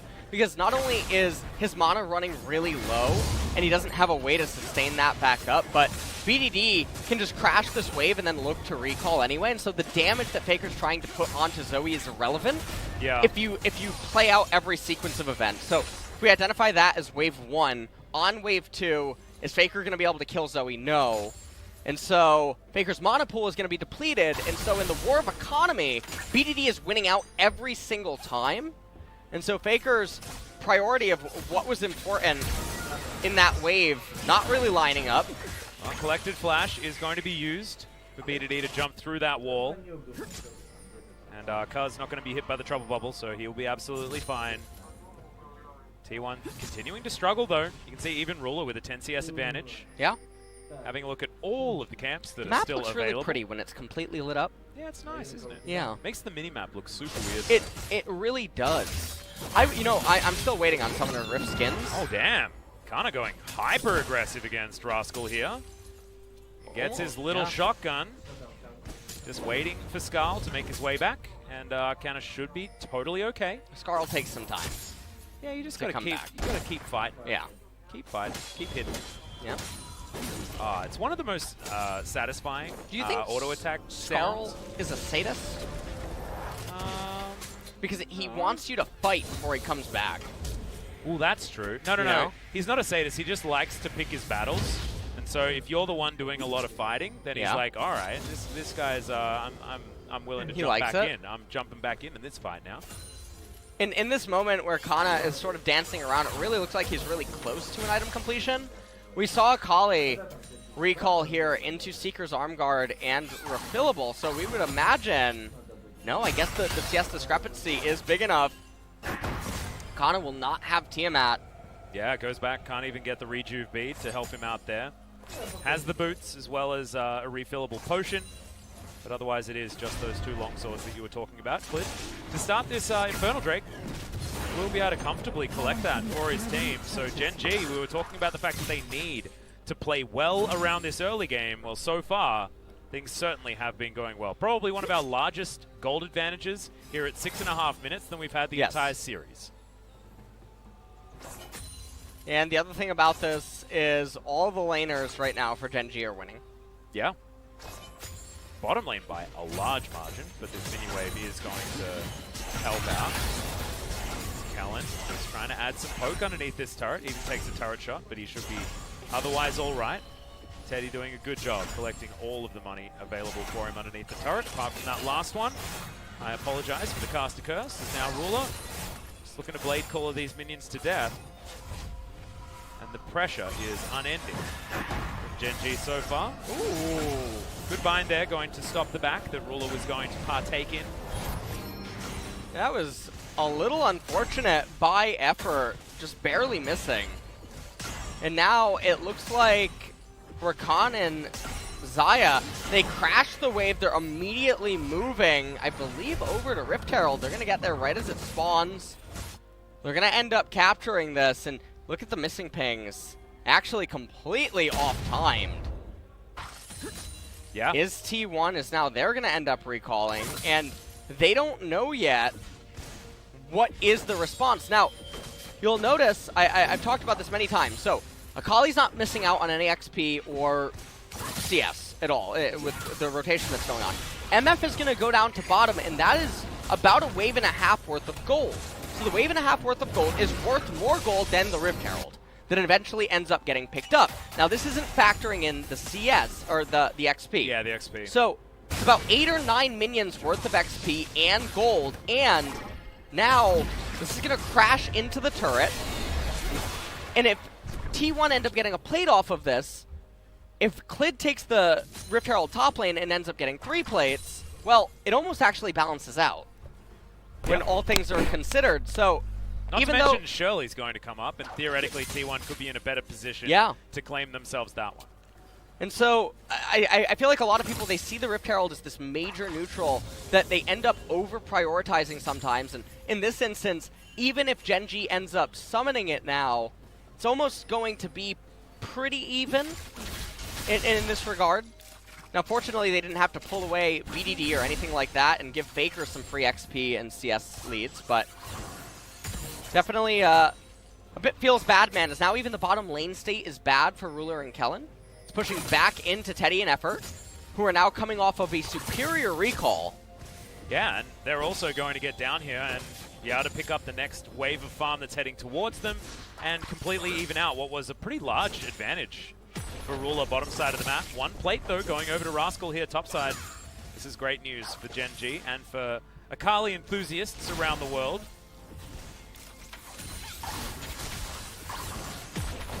Now, Diana coming back from base, has Runic Echoes completed. Faker with the cleanse. It is going to be available, but decides not to invest it because we are round about the 10-minute mark. Faker thinking about going home anyway.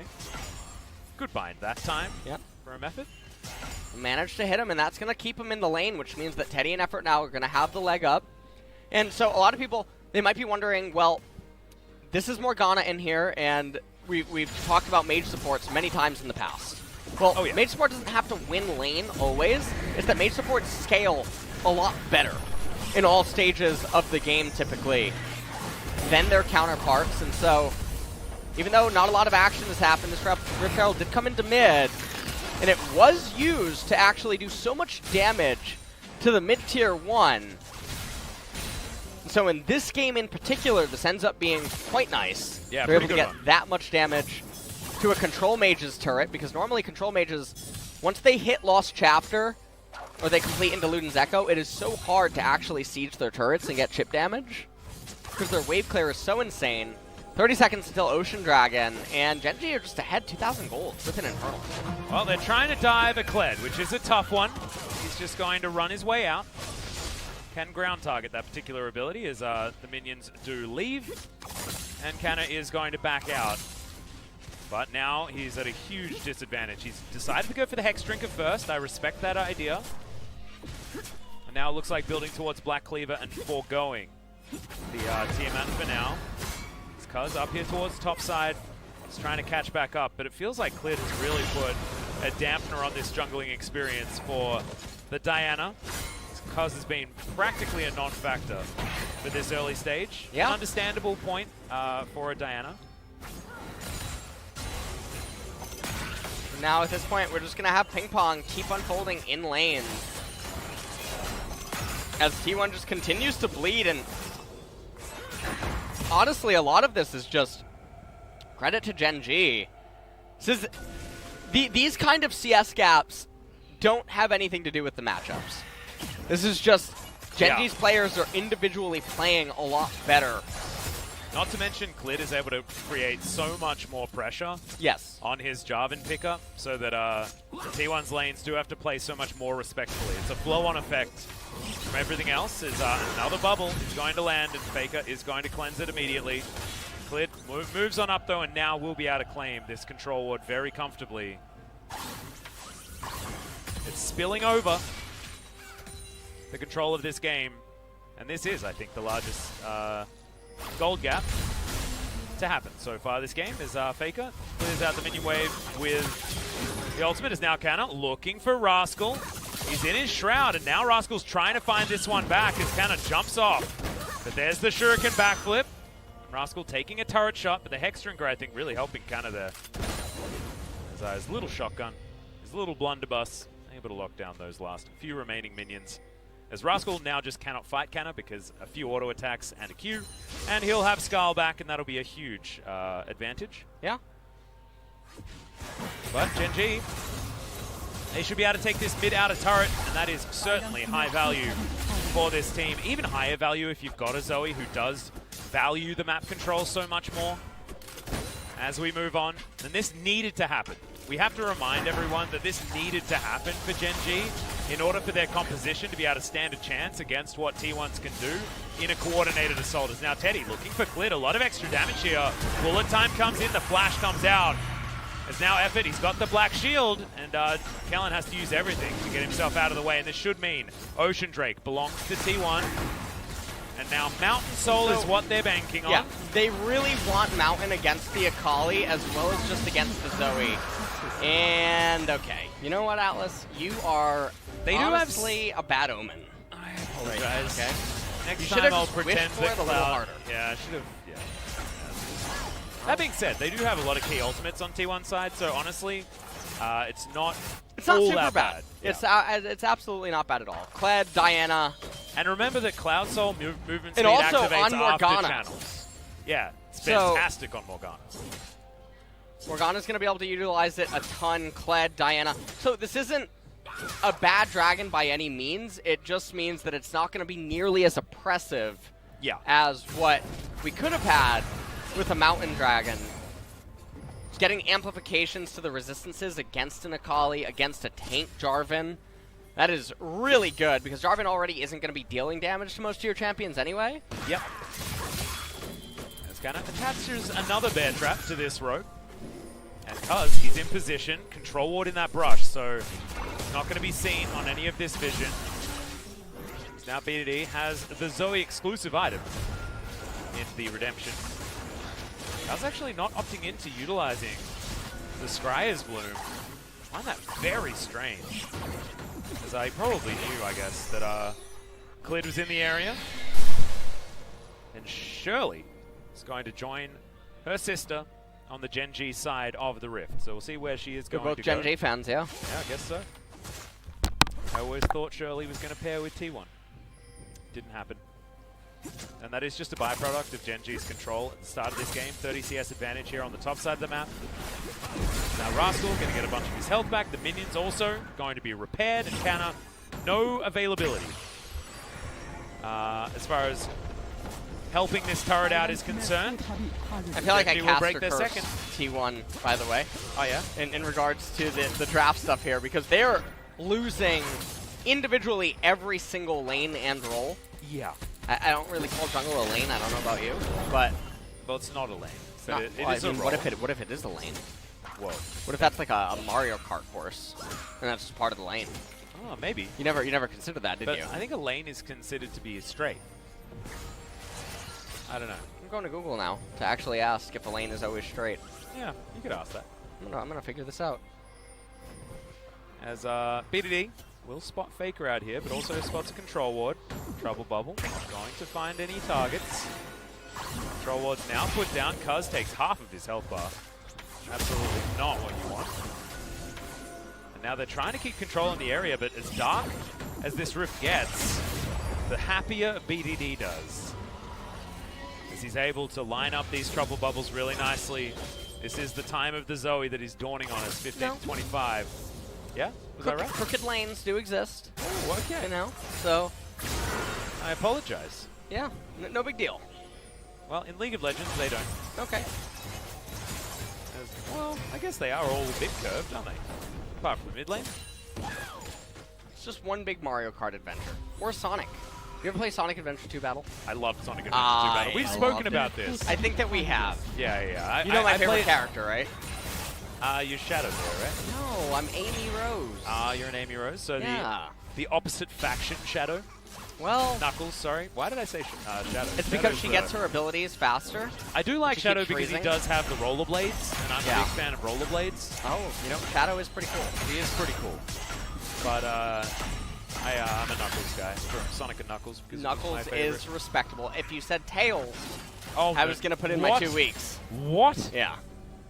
Jesus, I would have given him my own 2 weeks. Yeah. I think Valdez probably is a You Tails reckon he's guy. a Tails guy? Yeah, I probably Oh, I don't know. I'd give him a little bit more credit than that. is. Dr. Eggman. Yeah, he might be a. Wait, who's that other? Who? There's, is it Rogue or Rouge? I don't know how to say I it. think Rouge is the other The one. vampire kind of. Yeah.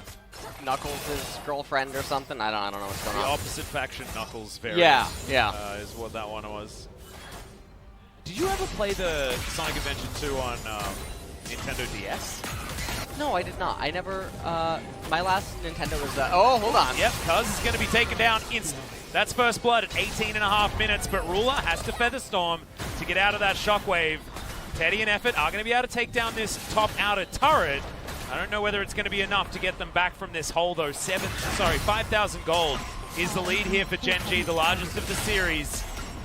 It's not seeming to let up at any stage. And it just really doesn't look like T1 is going to be able to figure out any way to recover here. Well, they desperately need to stabilize somehow. Yes. It's kind of not going to be one shot because it's impossible. Should otherwise be okay. Cloud Dragon probably going to go the way now of Gen G as well. Now, when we look at XP points, it's actually not that bad. Yeah, Solar Lane's doing very, very Yeah, well here. T1 are all ahead in XP. And what's interesting about this is I wonder if it's a byproduct of all the turrets going down and thus the minions going on to T1's side of the map and some of the minions being killed before they go back on the other side, which is very adjacent to freezing in some ways. You know, maybe that's... I thought we forbid that word. Oh, sorry. Yeah, we don't say that word anymore. Fine. It reminds me of Beauty and the Beast, you know? Yeah, Where it's like, no.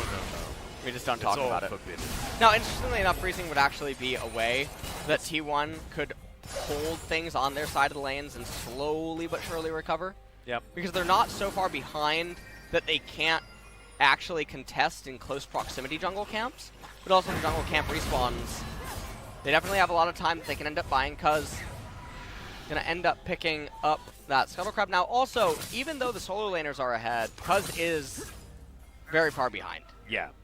2 levels behind Clid, I believe, last time of looking, and still continues to be the case.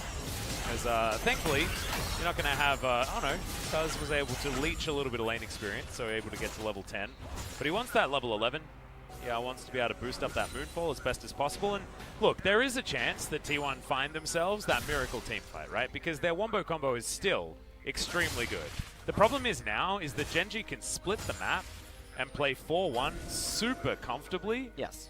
And then Gen G have no real option. Sorry, T1 have no real options. If Canna had have had a better experience in this laning phase, then maybe things would have been different. But yeah, because Rascal can deal with the Kled, makes it much, much harder. Yep, that's pretty linear. And that's what we look for when we look at controlled games. They're able to be played pretty textbook and by the book. So Gen G really having a great turnaround after what was a disappointing game one, after it was so close and then not quite able to get them over the line. T1 though not out of this one yet. Fat Lady ain't warmed up her vocal cords at this particular moment. And everything is just really slow and stable. And honestly, this Kled not really doesn't have the skin, you know. And I think that was honestly a bit of a problem here for him. Personally, I'm a big fan of Count Kledula. Yep. Which, if you're a Kled fan, you like Kled, you like Skarl, you can find that in the shop for the Riot store. 1350 RP. Yeah. It's a bit of a bargain actually. It is. It feels like legendary skin that one. It's really, really good. So kind of going to get shot with a sword. Final Fantasy-esque maneuver there, but Canna now desperately just wants a few extra items, wants to be able to go toe-to-toe with Rascal here. Because this is a matchup that the Kled should be able to do pretty well in. You know, Kled has a history of being just pretty notorious for comfortably playing 1v1 side lanes. If you were Doinby fans, you'd certainly know that. Faker now looking for Callan. Not going to find it with the Crescent Sweep either. So Rascal now alongside Ruler underneath this turret. Canna wants to deal with the minion wave, but he doesn't have a Tiamat. He can't get through these waves very fast. Yeah. Spellbinder done for Faker. Canna going to be left alone. That tower not going to be the priority. You can see Gen G are just very happy about keeping everyone split, making sure T1 can't just 5v5. It's exactly what they want. And the thing here is, ow. Oh man. That don't feel good. Now an inner turret is going to go down. As a result, the power of Zoe has been witnessed. Ruler grabs that one for his team. Spellbinder completed for Faker. He's still 0-0-0 alongside the majority of the players on both sides. As we've only had one kill so far. Teddy comes back. He's going to keep clearing out waves, and we're playing some ping pong. But the more ping pong and lull state that's going to happen this game, the better it is for T1. Yeah. Right. So the longer that this game does end up going, I mean, Klid, though, he's up 2 levels right now inside of the jungle. Now, that doesn't matter all that much once Cuz ends up getting to 11. Things are going to be fine. 30 seconds, though, until another Cloud Dragon is going to end up coming up. And I'm very doubtful that T1 is actually going to fight over it. I think they might fight over the Soul because they want to extend the game for as long as possible without an Elder Drake spawning. They don't want to give Gen G that other option to split the map open. They want to force Gen G to fight around a Baron for as long as possible and allow things like the Cloud Soul to be coming in here as Teddy. Let's do a bit of damage there onto Faker, but in goes Rascal looking for the backline. Teddy gets a huge shield. They just dive on top of him. Shockwave onto a couple of members. Skarl is going to leave it now. Cleared. Very low flags. Drags gets himself out as Cuz. Proto Belson tries to escape. He does get out. The last tick of the Ignite not going to be enough to take them down as Teddy is traded for Kellen. That is not what you want if you're a T1 fan. As now BDD dives in. Doesn't get the trouble bubble though. Somehow unable to thread the needle on that one. And it looks like this Cloud Drake will be the reward for Gen G unless Clid dies to it. Frightening stuff. I think he will be okay. Smite's available. So T1 definitely stepping up a little bit too far, end up getting collapsed on very quickly. A little over a 5,000 gold lead here at 25, almost 26 minutes for Gen G. We take a look at it again. Teddy trying to go into the Fog of War, getting a bit of damage down. Then he goes forward for the control ward, which is just not necessary. Yeah. And in doing so, gets collapsed on. And ultimates just don't even really get used here by anyone. Well, the Moonfall was feather-stormed, unfortunately. Yeah. So they weren't actually able to utilize that Shockwave Moonfall combo. No Kled ultimate ended up being used either. Effort ends up dinging level 9, but 3 level discrepancy in the jungle. Well, Clid now standing on a control ward. We'll walk over another one as he makes his way out.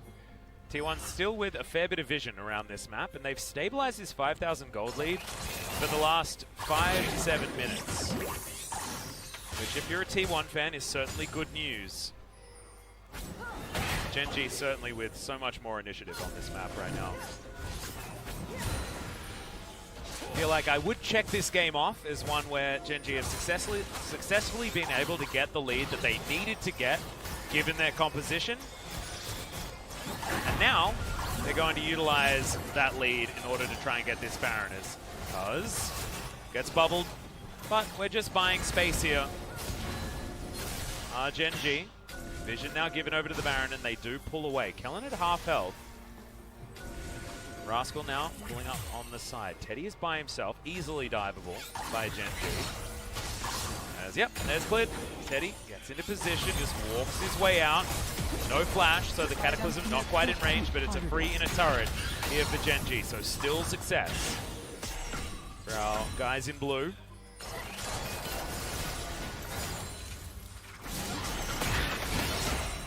Oh, bubble once again going to land, but that's the power of Black Shield. You know, with all of these Zoe picks in the LCK, you would have thought that maybe Morgana was banned in a lot of these games. She hasn't been. Another bubble lands though, and it's got a better cooldown as BDD diving on in. But enough body blocking is going to deny the Zoe, but you can just see, like, it is... Oh, okay, Clid just gets on top of effort. Stoneplate is there as now Faker can't make his way in. Bullet time gonna do a lot of work, but Rascal gets into the backline and eviscerates the Morgana.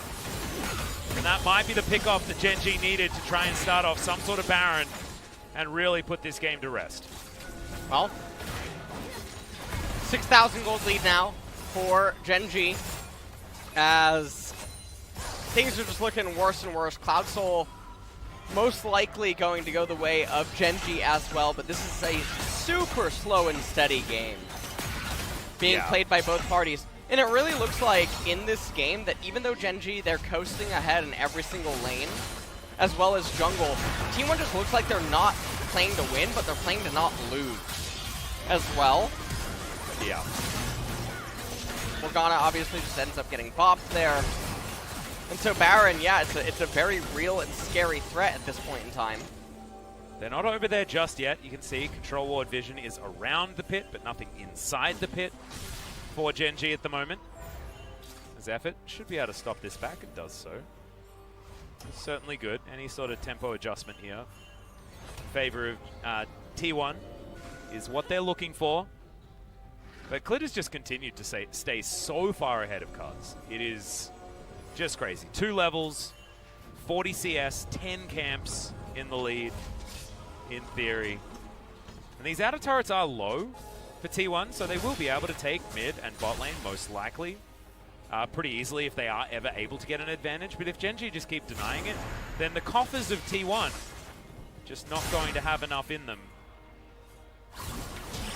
Now, Faker, Dissonance out of the way of the trouble bubble. And, I mean, right now, okay.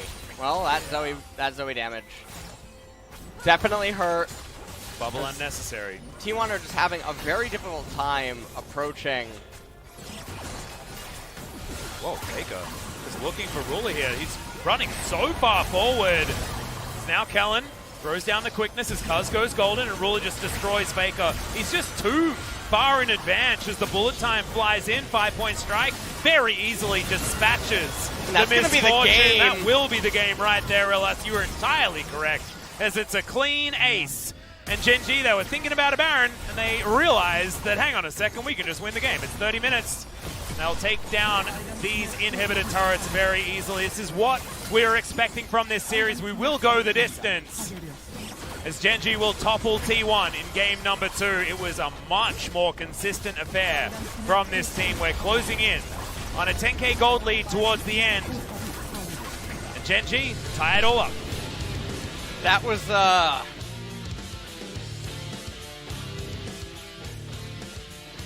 That was something. That was something. That was... I'm trying to work out who to give the MVP to. I give it to Clid. Hey, so for did I. for the consistent CS advantages, or well, the XP advantages, as well as just The jungle shutout. stifling the Diana early on with some assistance, and then other than that, I mean, every laner individually won on their own accord for the most part. Like, obviously Faker had some pressure that came in from the jungle, but that doesn't really totally excuse what ended up happening there, and then Kana getting blown out of the water up in top lane. Yeah, it looked like he wasn't super comfortable on the Kled pick, to be perfectly honest. Yeah, I'm not sure. Can we just get more? Well, we can't. They keep banning it away. Yeah, it's being banned. So we are on Opsol, as we'd say in Korea. Opsol. Opsol. Yeah. Means we don't have on. It's just being banned every game. So what happens when you ban 6 champions before the champion select starts? That's sort of how that one works. But now we are going to be going to game 3. One of our first 5-game nights. Haven't had too many of the 5-game nights. It's been a lot of 4s or 6s. Yeah. So far, having a look at some of these highlights here as Ruler sidestepping the Super Soaker. And look at Clit on the right-hand side. I mean, he's just drawing up so much aggro from Kana and Teddy. And Rascal getting into the backside is ends up using his basically stone all plating. she wrote. Teddy trying to get away from him. Faker just not able to do anything, and this is such a disjointed fight. And honestly, with the advantages that Genji had at this point, paired with how disjointed T1 just was in that fight, I mean, ends up just going the way of Genji. So we're tied up 1-1. The damage dealt to champions tells a pretty good story. No one was fighting this game. Yeah. Cuz basically did nothing all game and then they lost. Is what it sort of felt like. Of course, Diana, if she's behind, it's just how it kind of works. Haru plays it very differently, but we saw that when Haru was put behind, whenever he did try to fight, he just died and gave away 300 gold to his opponent. That was just sort of how it worked. He, however, did have a successful game on it already. Did Cuz, so looking to see whether he can tidy things up moving into game number 3, because now I got to decide. I can't even say that the draft's going to matter now in game 3, unless it's something super weird. It's the first time he's ever said something like that. Make sure you clip that immediately. As ladies and gentlemen, we are going to go to a short break. When we get back, Genji versus T1, the deciding match for our final game of week 2. See you then.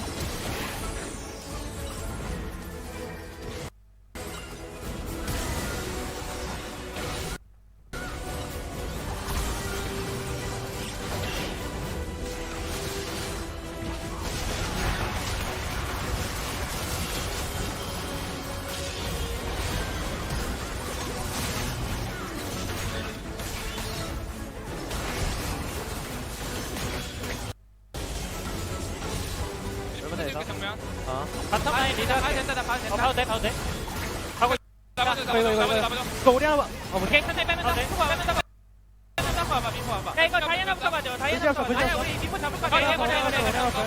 내가 미포 빠져. 미포 하늘래. 갈게요. 끝내자. 달려. 죽여. 나이스. 끝내자. 그래. 한판 더 남았지 괜찮아. 네. 난 타워 해줄게. 레전드 오브 룬테라의 세계에 오신 걸 환영합니다. 자, 이제 그럼 한판 붙어볼까? 레전드 오브 룬테라.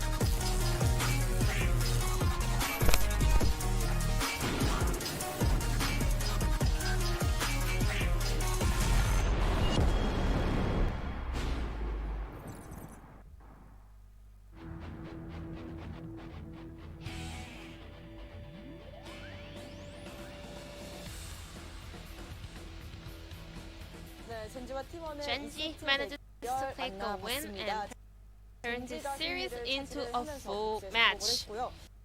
Genji got their revenge on game number 2. Akali was opponed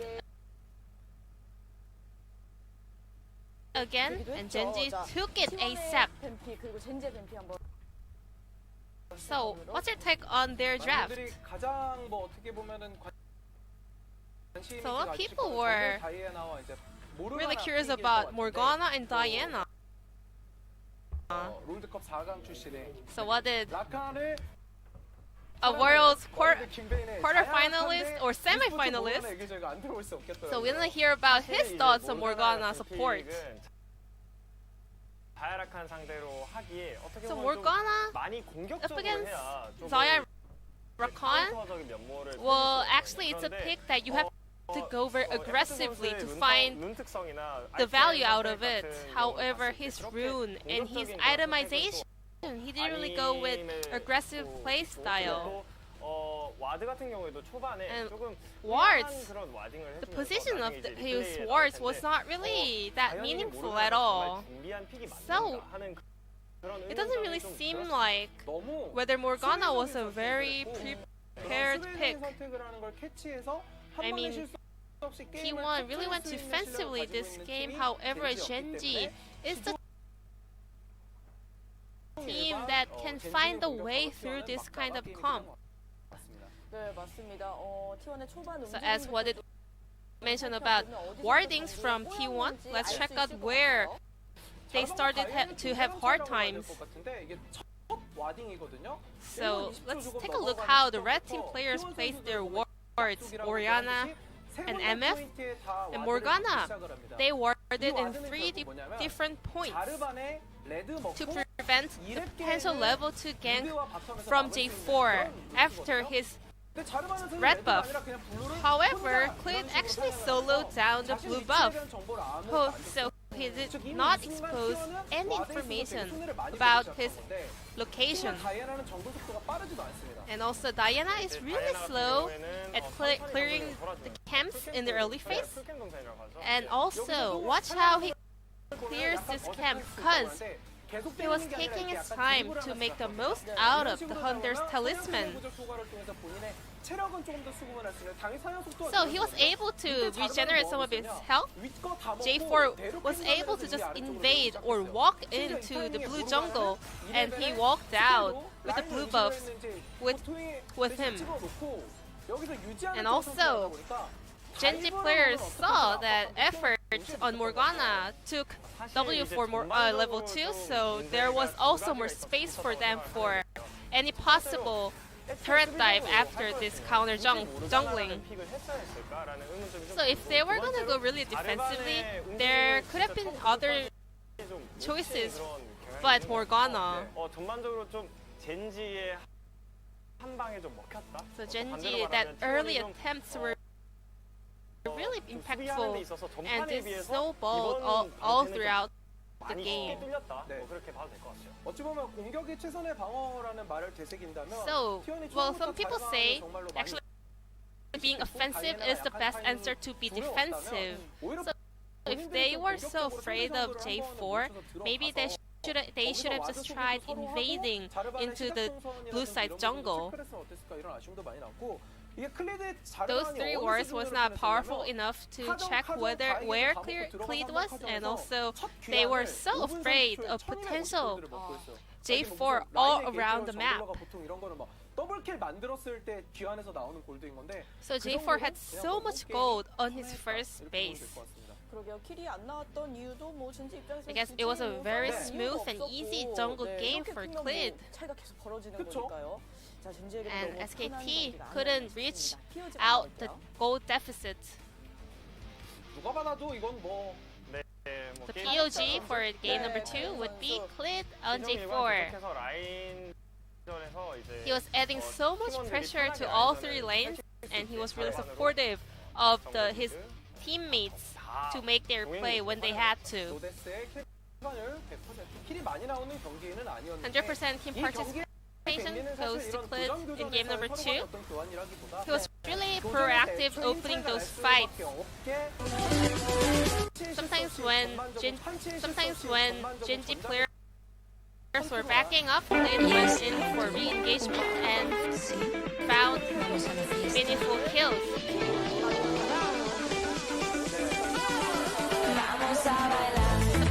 Sometimes Genji, they actually prefer to play around macros and rotation rather than making kills, but this time Genji managed to pick up a lot of kills and prove themselves that they are also good at aggressive games. So I think the interesting point for game number 3 would be whether SKT will ban out Akali or are they gonna keep it open? A lot of votes over to BDD, who did have some pretty good bubbles throughout that game, but honestly, most of it was played on the timepiece of Clid. Yeah.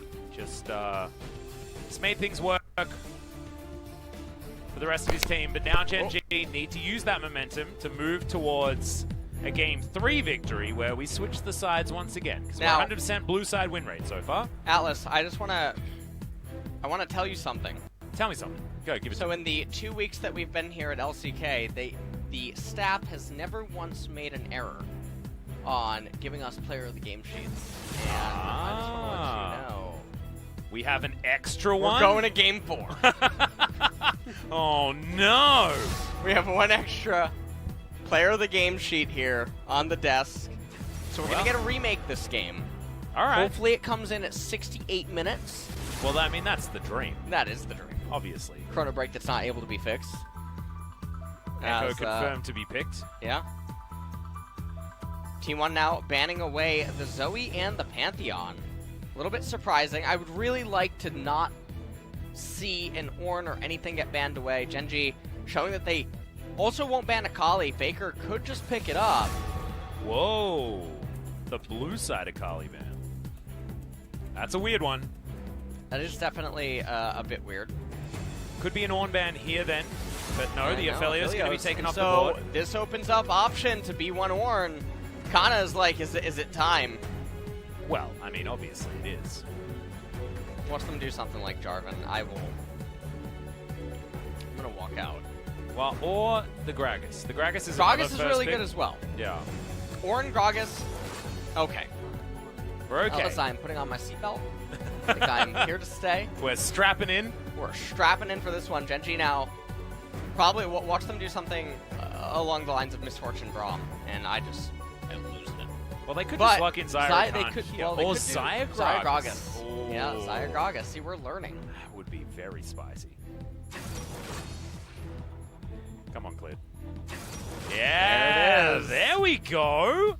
What is happening? This is LCK teams correctly drafting based on what we're talking about.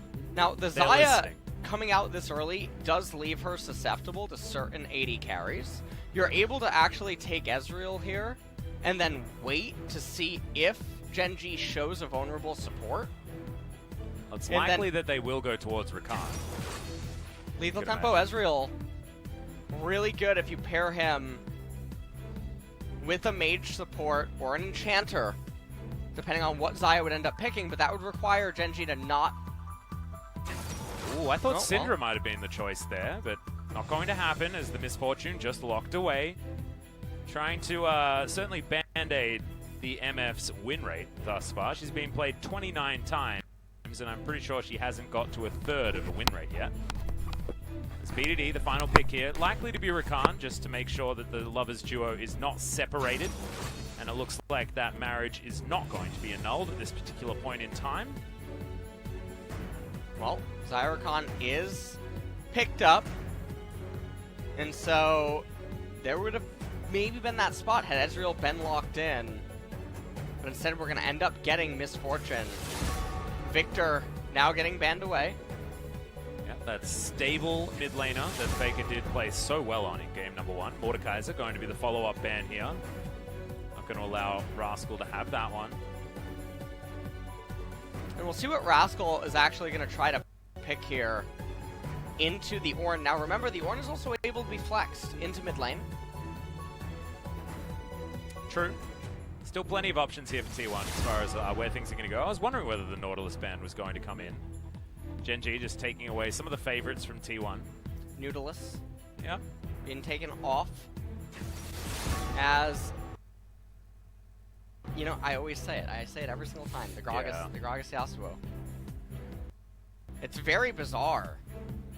It does work well with the Rakan paired with it as well. It But I does. think it's like better to lock down the does work. Xayah Rakan. And I suppose it also has merit, given that you do have the Ornn. And so That's Camille's a Camille actually, up against the Ornn. Yeah. So Camille actually doesn't beat Ornn until 3 items. And so Ornn is always going to be able to have control up until that point. Obviously, Camille needs to get to Trinity Force, Hydra, and the Sterix until she starts really taking over against Ornn.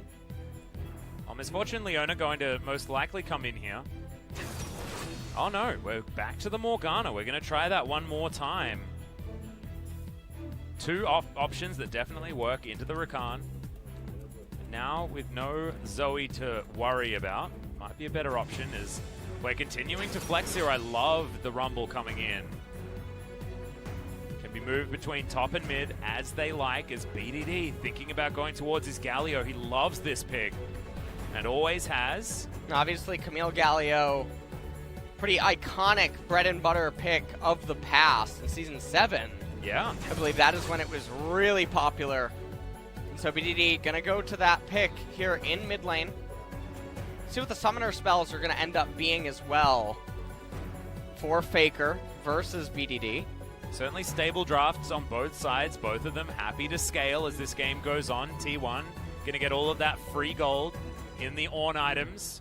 But Gen G just going to have champions that work very well together in a late game team fight, and they do have split pushing options as well in the Camille 4-1, and then disengage availability with Klid's Gragas. I do really, really like how this has been put together. 1-3-1 also an option given BDD being on the Galio. The heroic entrance can be utilized in order to allow a split push.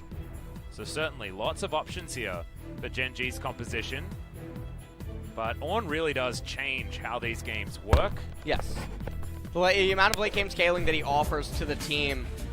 You have Obsidian Cleaver, Rabadon's Death Crown, Molten Edge, and then I don't know the name of Zanya's Hourglass upgrade, but those are going to be the Ornn items that can realistically come in. And I think it's Zanya's Rolex. Oh, okay, I think that's sure. what it is. Yeah, why not? Yeah. Why not? So T1 with a lot of late game power, but I would say they start getting overpowered at around 4, or they start getting, they get overthrown around 4 items as Camille, Gragas, Galio, Xayah, and Rakan is going to be the picks for Gen G. A lot more playmaking, definitely room for a lot more action this game with that Galio. Also stable scaling on Gen G's side, but whether T1 can get their lanes in order, does feel like the team that has had control of the early game and allowed the game to be played on their pace has been the one to win out. And Cuz now on the Rek'Sai, a much more stable jungler as we hit the rift for game number 3, the decider between T1 and Gen G. 미니언 생성까지 30초 남았습니다. Having a look at the standings, if Gen G win here, they are outright first place. As Dragon X suffered one more loss, so one more 3-game series. On the Dragon X side, I believe that was due to a Freak of Freaks taking a match off them, and Gen G being so consistent up against Damwon this week. T1 desperately looking for this. Currently sitting on 6-4. They can even out the scoreline with a Freak of Freaks and claim a joint 2nd place. Yeah. It'll move, a joint 3rd place alongside Afrika. Gen G will move to 2nd. And then Dragon X will be our 1st place team in the league. But the top 4 will be neck and neck. So incredibly close. After this one. See how the early game is going to play out here as Cuz going to be starting on his red buff. Gragas going to be getting a leash on the right-hand side. Ornn has that Q level 1. Cuz, you also have to remember that I believe he debuted on this champion, on the Rek'Sai. Played a very good first game. Kana looking for One a little grass bit of proc. poke damage. Yep, grass prop going to work out there. Is the passive going to be a confusing one to utilize here for Rascal, as Kana weaves a lot of auto attacks as far as his trades are concerned. So want to try and get that magic damage shield if the Ornn is going to go for a combo. You can see Ornn actually canceling some of his autos. Gets to level 2 slower than the Camille. Now finally has it. Misuses the Q and gives Camille a way to actually reach him by using that pillar. So Kana, this is not how Ornn versus Camille goes, level 1. Ornn should never be on the receiving end of the push, ever. More grass procs, Camille shouldn't be able to walk up the way that she's doing, and so Kana really misplaying the lane. See how it goes as this game turns on, because honestly, Ornn, you might misplay, but half the time it doesn't matter. Because it's going to be able to take down that ward pretty well. You can see, yeah, I think Kana just built himself a Ruby Crystal potentially. No. He's just eating through his potion. Still sitting on some cookies. Both him and Rascal with those available. Rascal certainly having a better time of it as this wave stacks up. Cuz is going to move in though. Hookshot will be available for an escape. Cuz coming in here, clearing out the ward, leaving a zombie ward as well in its wake. Rascal comes down, he won't be able to replace the ward. Just gets rid of that zombie ward to make sure that everything will be okay. As Rascal looking for the hook shot, should be able to, oh no, doesn't even go for it. Did not want to smite as he didn't even have it. Nope. A little bit dangerous there as Teddy doesn't get the double up to Ruler and Kellen. Now Faker, I'm sorry, I did not see. Did he cheat a recall? I wasn't watching the mini-map, but he has Predator boots as well as Doran's ring, so you can't get them at level 1.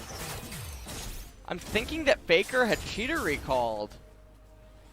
If you're unfamiliar with the terminology of what a cheater recall is, first time tuning into LCK, just means getting a recall off when the opponent is forced to respect the fog of war as you disappear into it with a sizable minion wave crash that causes them to push and respond too slow. So you end up getting back to the lane for free with better combat stats. If you have potions, they're replenished. And it just puts you in really advantageous spots. Typically, it's more commonly seen in top lane and bottom than any other lane. Mid is a little bit more awkward to do it. Oh, Clid doesn't find the body slam there on Cuz as he's able to tunnel out eventually. Clid down here though, just trying to alleviate some of the vision pressure that T1 had put together. Ruler happy to sit here alone in the lane.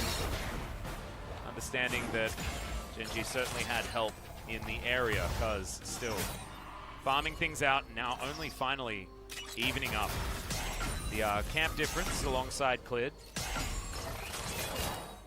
Looking at the CS, you can see Barmy Cinder created by Kana in the Forge.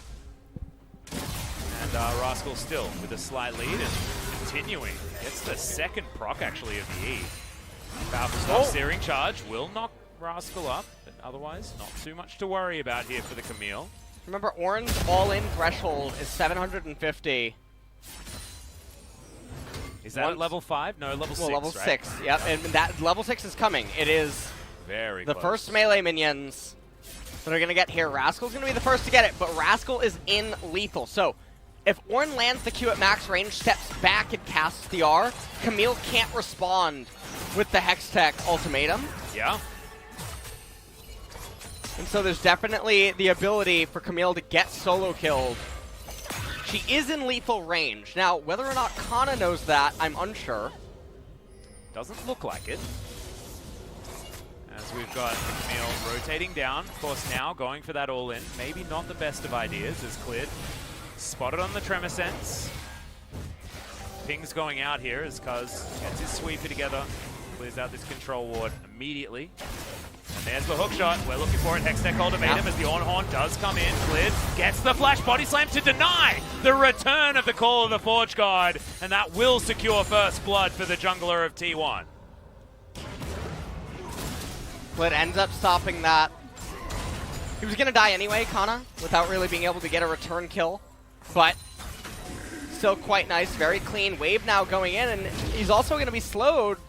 That's going to cause him to miss some of the minions, so a very greedy teleport that doesn't really serve a purpose unless Rek'Sai is going to end up coming over. I think he's going to even miss that minion. Yeah. Oh, no, he gets it. Thank you very much, melee minions, of the wave that was incoming. And bombies. And bombies, yeah. You gotta think bombies. That is definitely true. In fact, that might have been the majority of that damage. As we check out this gank once again. Yeah.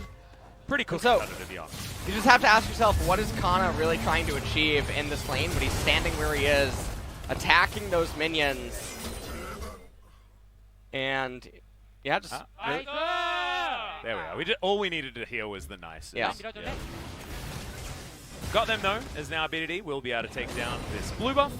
Claims that for himself. Level 7 now gained for the Galio, so the heroic entrance is going to be available. We've got grand and heroic entrances, and in fact they can be used very, very well in tandem with one another. This is something in the height of the Galio days that we witnessed many, many times. Now Faker continuing to have a lot of fun here in this lane. Flame Spitter against a melee target, certainly something that you want to be utilizing. As I will see whether BDD does make any adaptations to the build. Adaptations meaning an adaptive helm. It is very, very strong against the Rumble. Maybe not what he wants to be building first up, because we'll be able to check out his first item as he goes back now. As T1 take themselves the Ocean Drake. Look to continue to move this game forward. Gen G so far on the top side have been more successful, but as we move to Infernal Drake. The thing is that this Camille Ornn matchup should never be going this way. And this is, again, it's a testament to just Rascal outplaying the Ornn inside of this lane. And we saw level 1 Kana mismanaging the wave. We saw it again at level 4 and 5. Just very peculiar trades and setup. And then obviously where his positioning was prior to him being killed. And so Kana definitely getting outclassed this series. You can see Rascal actually lying in wait there as the double up lands onto Ruler. Immediately throws out the bullet time as Ruler is level 6, and now Kellen looking for the re-engage. There's the black shield, but it lasts for long enough as Rascal had teleported in and gets a free flash out of Teddy. Damn, that Make It Rain bullet time combo was a hell of a lot of damage. And you can see BDD was trying to run down in the event that they would need the Galio ultimate, but now he's going to teleport top so not to lose out on any minions. And then Rascal, he's going to pick up the baton pass in mid lane and get all of those minions. Yeah. Like it a lot. Bit of a Pokemon reference for those of you playing at home. Baton pass, very frustrating ability, especially if you pair it with double team. Double team, an ability that no one actually liked in Pokemon in like the first games. It was like evasiveness. Why would I want that? That's so annoying. But is actually a banned ability in competitive Pokemon for most. That's very nice. That's a nice tidbit. A little bit of a tidbit for you guys, as all of your abilities missing is really unfun. As it turns out. Oh, that's fun for me.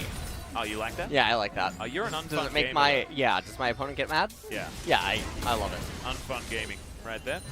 Clid looking for the re-engage here onto Faker, but he's already got out of there. Has himself his Merc Treads, so he's feeling pretty good at this point in time anyway. And again, the way that T1 is playing every single one of their lanes, they're playing to not lose, not to win. Which is not what you want to do with when these compositions are clashing. Gen G feeling very, very good with how this comp is going to run in an even situation in a late game moment. So T1 probably wanting to step up the pace as we move this game forward. And Rascal, he has the call on the Camille as well, so that'll add insult to injury later on in the game. Definitely like seeing that picked up super early. Rift Herald still on Cuz. We'll have to see when he ends up summoning it. As Proto Belt going to be completed on Galio now. Leandri's, I believe, is going to be the first item for Faker, but he did pick up a Ruby Crystal with the Haunting guys. Might be Leandri's Oblivion Orb, and Oblivion Orb picked up first, just to make sure that he has some magic penetration for the earlier game fights. There is merit to that, especially before Magic Resist begins to get picked up, and there are not a lot of champions that are going to prioritize it so far this game. So I do like the idea. Effort moving over a lot of vision down here towards the bottom side as Hextech Ultimatum went down once again, but a great knock-up from Canna as Clid's going to make his way in. Flash comes out from Canna as now Ruler has to go into the air, but remember, it doesn't break that tether. Battle Dance gets Kellen in there. But the equalizer comes down and Ruler has absolutely nowhere to go. Looked at by the Rumble and destroyed. A double kill for Faker with a great roam to the bottom lane. Ends up picking up 2 kills for himself. That should put him at a point to get the Blasting Wand. In comes Clid. Now looking to start off this dive. We'll see where the barrel is going to land as BDD. Oh, man. He puts him in a real awkward position as now Canna gets the searing charge, but who cares? Clid was tanking up the turret, and it's all too easy. But 2 kills for T1, 1 kill for Gen G, and all of the plates and a Rift Herald cast on the bottom side of the map, giving all the money to Teddy. I think I know who traded that one better. T1 definitely making out on the better end of this. They're also going to end up getting a really nice reset timing for the Infernal. Look at the F keys. Trying to pay attention to everything. He says, go slow, go slow. Go slow, go slow, go, go slow.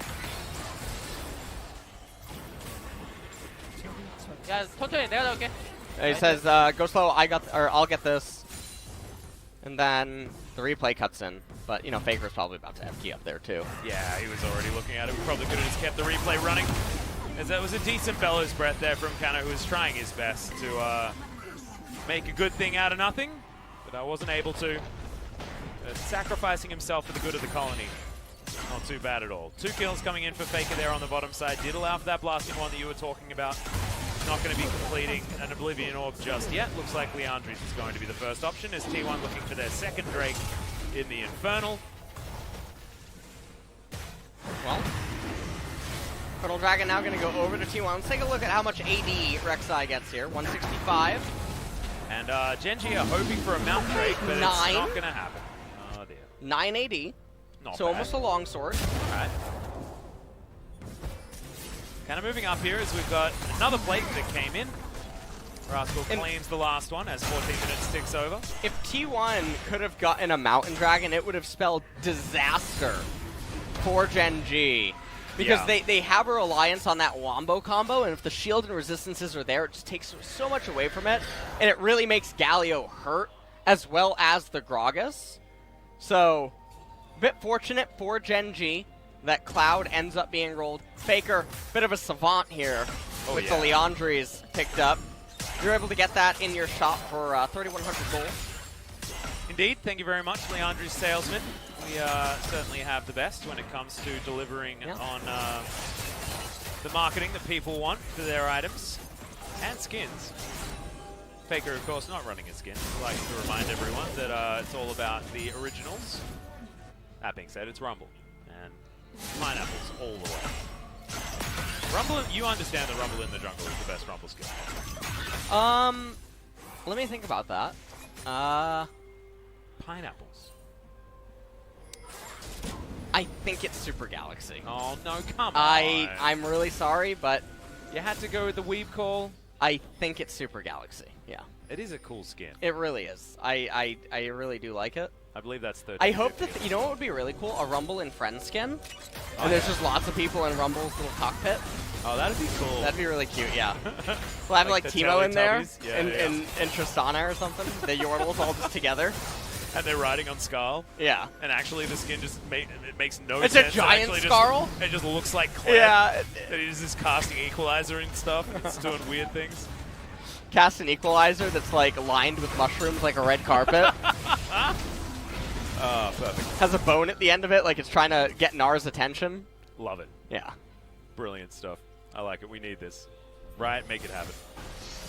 I want a Yordle Rumble skin, which is Yordle and Friends Rumble skin. Rascal just zoning Canna out of the way of this outer turret entirely. As his Trinity Force not quite completed. Yormon does come in just to clear out some minions, and won't do so quickly enough before Rascal gets a lot of damage down here. BDD suffering a little bit, but not as far as farm is concerned. Got himself to 20% CDR so far from his items.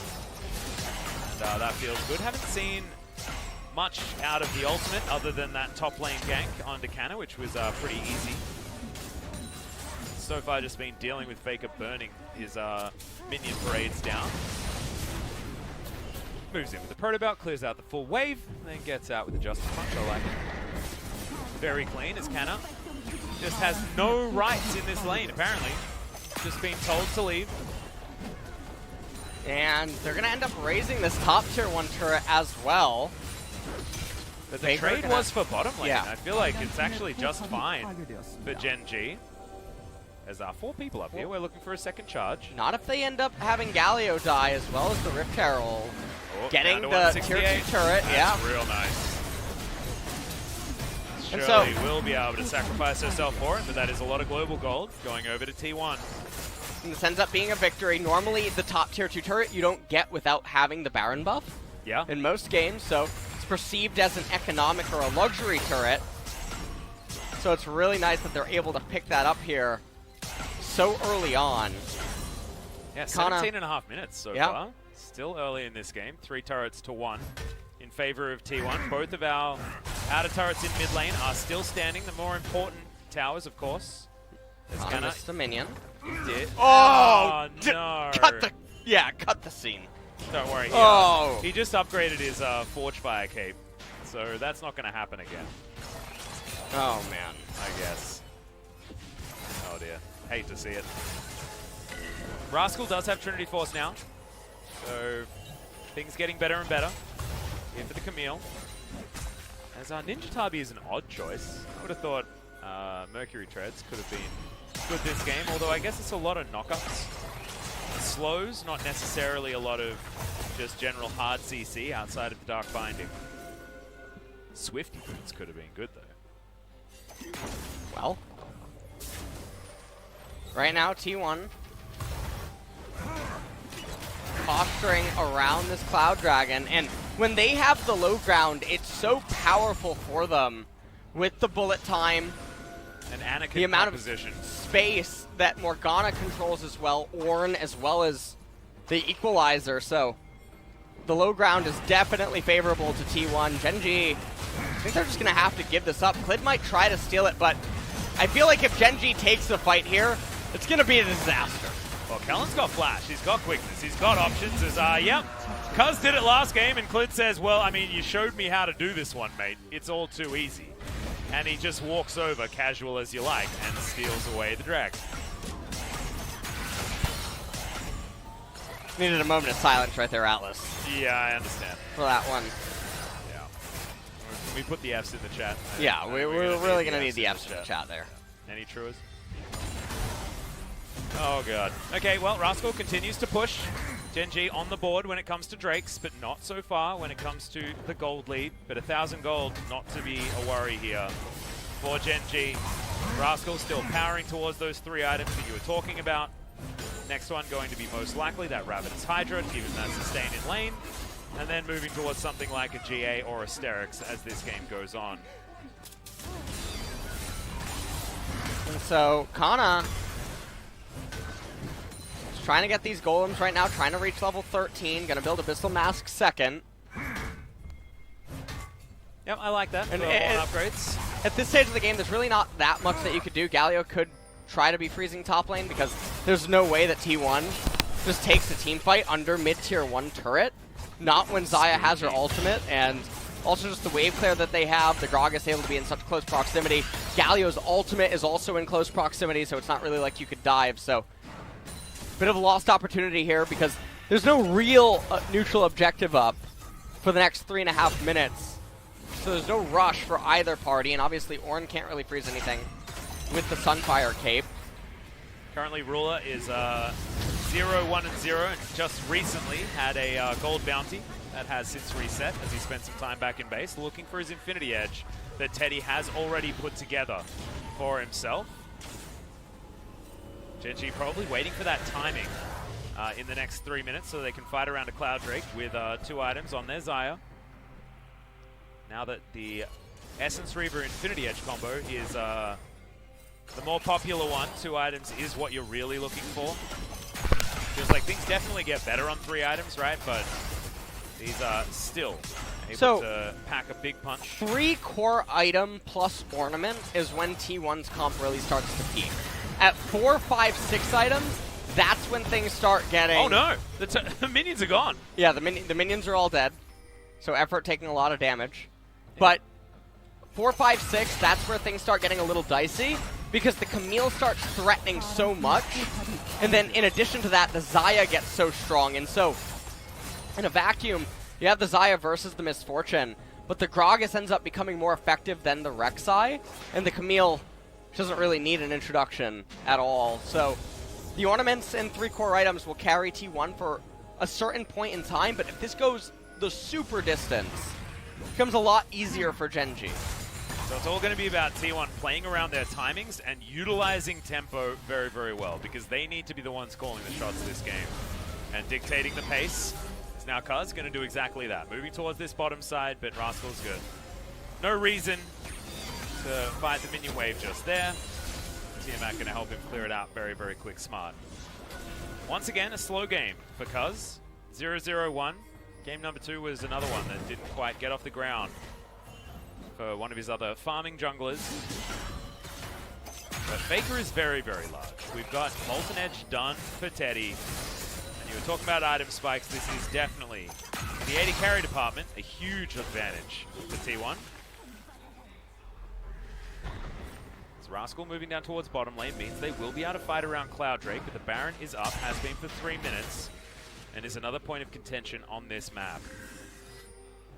Still, both of these teams, you can just see how much this particular game means to both of them. And gold score is only slightly favoring T1, but that's not really the talking point. Gold score doesn't really mean anything unless there's a gross discrepancy. Equalizer coming out. Equalizer rule actually is walking down the red carpet. What you want to be doing there, but able to create enough distance. T1 now moving over towards this Drake pit. Rascal lying in wait. Spooky Ghost, spot him out. It's not what you want. He does have Hextech Ultimatum, but the Ornhorn is going to be called. That's a great barrel just to make sure that Rascal does stay alive. Hookshot to get him out the rest of the way. But now we've got Flash on cooldown, a broken stopwatch, and half the health bar on Rascal. A big opportunity for T1. And there's no opportunity here, Alice. They're just going to reset. Oh, okay. Okay. I apologize. Well, Clid can just come over. Clid's gonna, yeah, he can come over and steal it again if he needs to. Another stat thing that we can look at right now is the levels between all the players in the game. Yep. 1 level advantage for the Camille up there in top lane. 1 level advantage for Cuz in the jungle, but that is less relevant than the Camille's. Yeah, and in fact, it's even levels across both of these teams. As you can see, lead for Rascal and a lead for Cuz puts it directly on even as the rest of the map is in the same position. Equalizer back up. Ornn ultimate still down. Gragas Cask almost up as well. This could be the decisive fight. Teddy shoving in mid first. Yep, there's the Equalizer just making a wall. As, getting a lot of damage down, and Leandri's able to do quite a bit there. Yeah, but it's just so easy for Gragas to burst it down. So unless you get him out of that pit, you're going to lose the Drake. It's how... Atlas, watch out, watch out, watch your hands. Watch your hands. Okay, sorry. The paint's almost dry. Okay. Yeah. Okay, cool. Yeah, don't worry about that. All right. Were you watching that instead of the Drake fight? I was watching the I was watching the grass grow right here on the left. Oh, okay. I have a mini plant. Yeah. Yeah, you didn't see that one? No, I didn't see the plant. I'm trying to see which actually occurs faster. It's a bit of a science experiment I got going on here. Well, I mean, right now, we've evened out the Drake count, so we might go to the magical 7 before we get this one really sorted out. Genji have closed the gap of the gold by the 500 mark over the last 7 minutes. And this game has come to a standstill. All right. Yep. That's my update for you. Thank you so much. My forecast. I wonder if it's still snowing.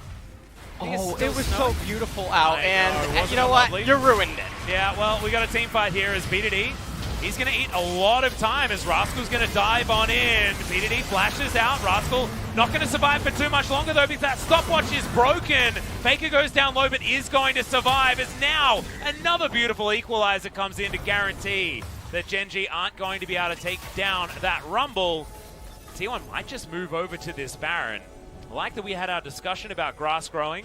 And then all of the action decided to I happen. feel like we need to just try to pog state a little, or a lull state a little more. Yeah. Because it seems that when we lull state, they pog state. Yeah, we need to enforce the lull state. Yeah, I feel like... Just to gather more pog states. Right, we should try that again in about a minute from now after they reset, and let's see if it actually works. But in the meantime, we can talk about the fact that it's snowing.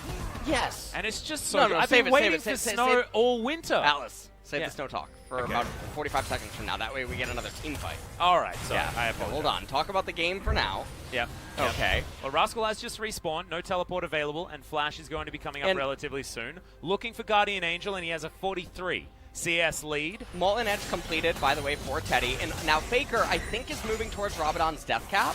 And so it's really important that he moves the Zanya's Hourglass to the second slot in his inventory, or Yeah. the furthest most right, and the Death Cap to the furthest most left. That way Ornn's upgrade prioritizes the Death Cap. That's the way that Ornn works, in case anyone listening to this didn't know. The Yep. furthest most left item in your inventory gets upgraded by Ornn, so you can control it. And Rabbids Death Cap is definitely one of the best ones to possibly upgrade. Okay, can Clid be a hero? I mean, he's done it before. Yeah, And, PTSD. T1 instantly, get me the hell out of here. We're not going for a 50-50 against the Smite Lord himself. All right. On the champion that makes smiting look so About easy. 30. As, Here we go, here we Faker's go. had his item upgraded already, and therefore You didn't know have what? the opportunity to get the Rabbids Death Cap. Hit me with it. Talk about the snow so they commit. All right. Well, it does look stunning as Kellen finds himself a gleaming quill onto the opponent. It's snowing outside. What kind of snow do we have going on? We've got it was almost a blizzard last night. It really Very was exciting. actually. It was the clarity outside of my window was not very good.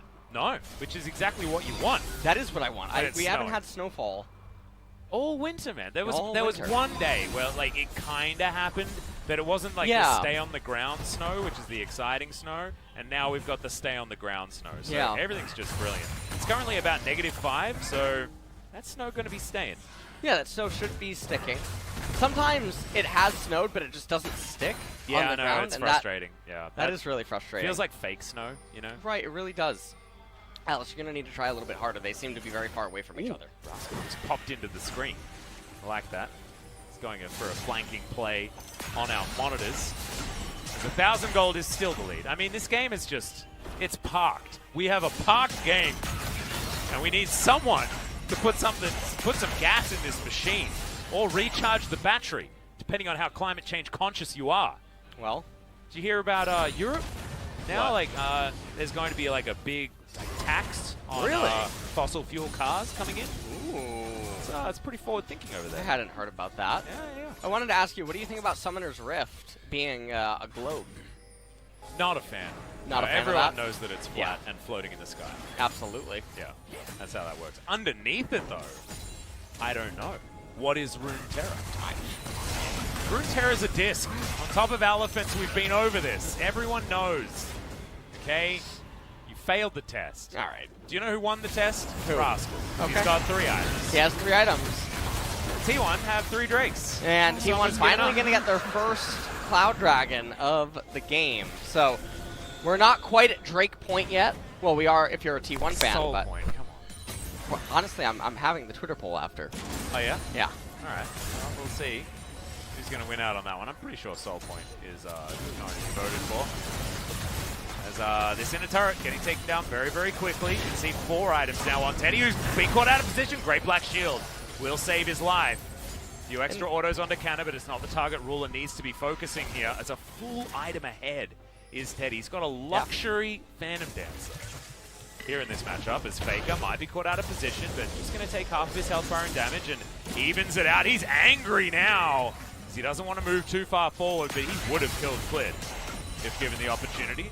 Almost has that Rabadon Death Cap sitting on that Ruby Crystal for a really long time. I think that's just his favorite item. Yeah, he just likes it. It's like his, you know, it's like a teddy bear or something. You know how you go to a place that you really like as okay effort, as to Black Shield himself, as Rascal taking a few autos. Yeah, you know how you go on a holiday to a place that you really like and you get like, you bring a rock home? Yes. To remind you of it? Yes. That's what Faker did. That's the Ruby Crystal. He went on a holiday to the shopkeeper and brought a Ruby Crystal. This is part of his favorite item, Leandri's Torment. So he did that to remember it. remembered the humble beginnings of the Leandri's Torment. Of course, the Ruby Crystal being the most affordable portion of that particular item. I'm pretty sure this RP has worked out relatively well as we're checking out the goal difference. It was Gen G for a little bit after that gank in the early game, then T1 did turn it around. But this is 1.8 to -1. We're back to game 1 all over again, despite Soul Point being once again threatened by T1. 1,000, or not even 1,000 actually. 300 gold, I'm sorry. 300, 500 gold is the discrepancy. And you gotta remember the Ornn items. This is actually where T1's comp is a lot stronger. Rascal, Searing Charge, actually just going to completely miss. And now Rascal's looking for Teddy. GA gonna be utilized as Teddy flashes to get himself out of there, and Ruler is destroying the front line right now as Rascal escapes, gets over the wall as now Cannon's trying to hunt him down. So far, only Ruler has fallen in this entire exchange, as the health bars on T1 are still very, very low, but they're still recognizing this as a huge win given the amount of DPS that is now missing from Gen G. Cannon can just tank up the Baron. I don't know why they're going for a reset, but they're too scared to do the Baron buff. And Kana didn't just give Faker... Oh no! Yeah, he upgraded it earlier. Yeah. He upgraded the Zanyas! Yeah, ages ago. I spoke about it. Active listening, active listening. Come on. Yeah, no, it was sad. Now, Klid's here, so it's once again a 50-50, guys. Still looking for it. Cuz looking to try and jump on top of Klid, the equalizer. The Gragas is just dancing on it, but he goes golden. BDD deals with Rek'Sai as Klid gets himself over with the flash, and that's a huger deal than having Ruler go down because he's respawned, and now there's no jungler for T1. Ruler has respawned. Teddy's going to try to push out the mid wave. And what a loss of stats on Faker, and so it's going to change some of the things right now, and this is starting to become the tipping point where Gen G, they're going to start getting stronger. Rascal just going super alpha there onto T1. Onto Teddy, trying to remove him from the fight. Somehow manages to escape. It's actually a huge deal. So insane that he did manage to get away right there. BDD almost back into the fight, and then we take a look at this as they go over looking for Klid, and Rascal, who should have been dead, is still here. I think Cuz missed the knock-up as well. Yeah. Onto Klid. Just a mechanical misplay. And Klid, he did, I do believe he missed his R, but did not end up mattering. Steric's almost going to be completed for Rascal, and at that point, Ornn cannot really hold Camille anymore. That true damage is going to be too crazy. And not even building towards the Thornmail or anything like that, so won't be able to deny any of the healing. Now, Faker built Oblivion Orb. I'm actually really curious. That was what that Ruby Crystal was turned into. The MR is on the side of the opponent. Well, Zai doesn't have a lot. But perhaps Faker can actually see that BF Sword is built on Ruler and knows that Bloodthirster is coming in. And so with Ravenous Hydra as well, if their MR values are low enough, getting the M-Pen from the Oblivion Orb completing into Morello might actually be worth it, yeah. Can be worth it in some instances. Well, Gen G looking to Soul Point themselves. The Rakan heal and whatnot, so. Yeah, on going to be blown as Ruler has been made brittle. And now Cuz going to take that Cloud Soul for himself. That's how he's supposed to do it, is 3-man taunt from BDD. We're trying to get this fight going. Great quickness and grand entrance for Kellen, but he is going to go down. T1 members have been softened but haven't gone down, as now the heroic charge will get BDD in again. Back-to-back 3-man taunts from this Galio, and they will take down Teddy. Goes golden as well. BDD taking that team fight by the haunches and destroying it. I mean, what a miraculous play, honestly, by the Galio in this team fight. Faker, he does have Equalizer available, and so we'll see what he can end up doing here. As Gen G, they're going to be forced to posture. Now, this isn't the end of the world for them either. Just because they lost the Dragon Soul, it's only Cloud Soul. Yeah, it's not one of the big ones. And so with all that scaling continuing to come in on their champions, even though there's the ornaments, the Rek'Sai not as valuable as the Gragas at this point. The Camille gonna just start doing so much. So this team fight is started off with Kellen missing a bit of HP. Look at that engage out of BDD, followed up by Kellen. Bullet Time comes out, ends up killing Kennen. Galio, heroic entrance, helping lock up Kana, as well as Cuz. Kana gets out onto the left-hand side. Ruler following him, BDD, who ends up going golden. Almost dies, but Faker not quite able to kill him. Goes golden again. Used his double stopwatch, so won't have that opportunity for the next fight, but now can sell it to construct himself some more items. 2-0-1 now for BDD after that beautiful engagement. Remember, it was a 1-for-1, so actually, you know, I was talking about that like a huge win for Gen G. They were able to take the mid-outer turret, which, given the state of the game, is actually a very big deal. That means the ping pong that they're going to be playing is on a bigger table. I feel like Faker is really just trying to send me to the hospital right here with the dichotomy between his items and their location. Yeah, and the completion timing. As, yeah, an ornament not worth as much as that Forbidden Hook is. Okay, Equalizer not going to actually do too much here, but Ruler going to get knocked up alongside Kellen immediately. Has to They got Ruler! But those Soul Shackles are so powerful. Teddy might go down here as well as Rascal trying to control his situation. Teddy survives for approximately forever. Now will keep himself back up again, has a minion wave, and finishes the fight at 100% health. I have a feeling this is enough for T1 just to roll down the mid lane and win this one. And yeah, they have the cannon minion. Gragas not going to be able to do enough, doesn't have his cask available. And you can see Kellen, he's trying to run over on the left-hand side. Orange just going to say, you know what, I'll tank the turret. Watch him Clint probably dies here, it's a huge deal because he needs to kill Kana. 2 minions. If he can kill these 2 minions, he might save the game. But look at that, he's dead. He can't do it. These minions will survive. The Nexus will not, and T1 will win the 2-1 victory over Gen G. Well, what a climactic ending. Ruler getting eviscerated at the very start of the fight makes that so one-sided, and you can see they couldn't quite bring down Teddy. At the very end, he managed to get out and escape there. The scaling on T1's team composition, it did come in handy. And right as the tides were starting to turn, they started, well, they got a very good team fight at the very end where they clipped the AD carry. And that is so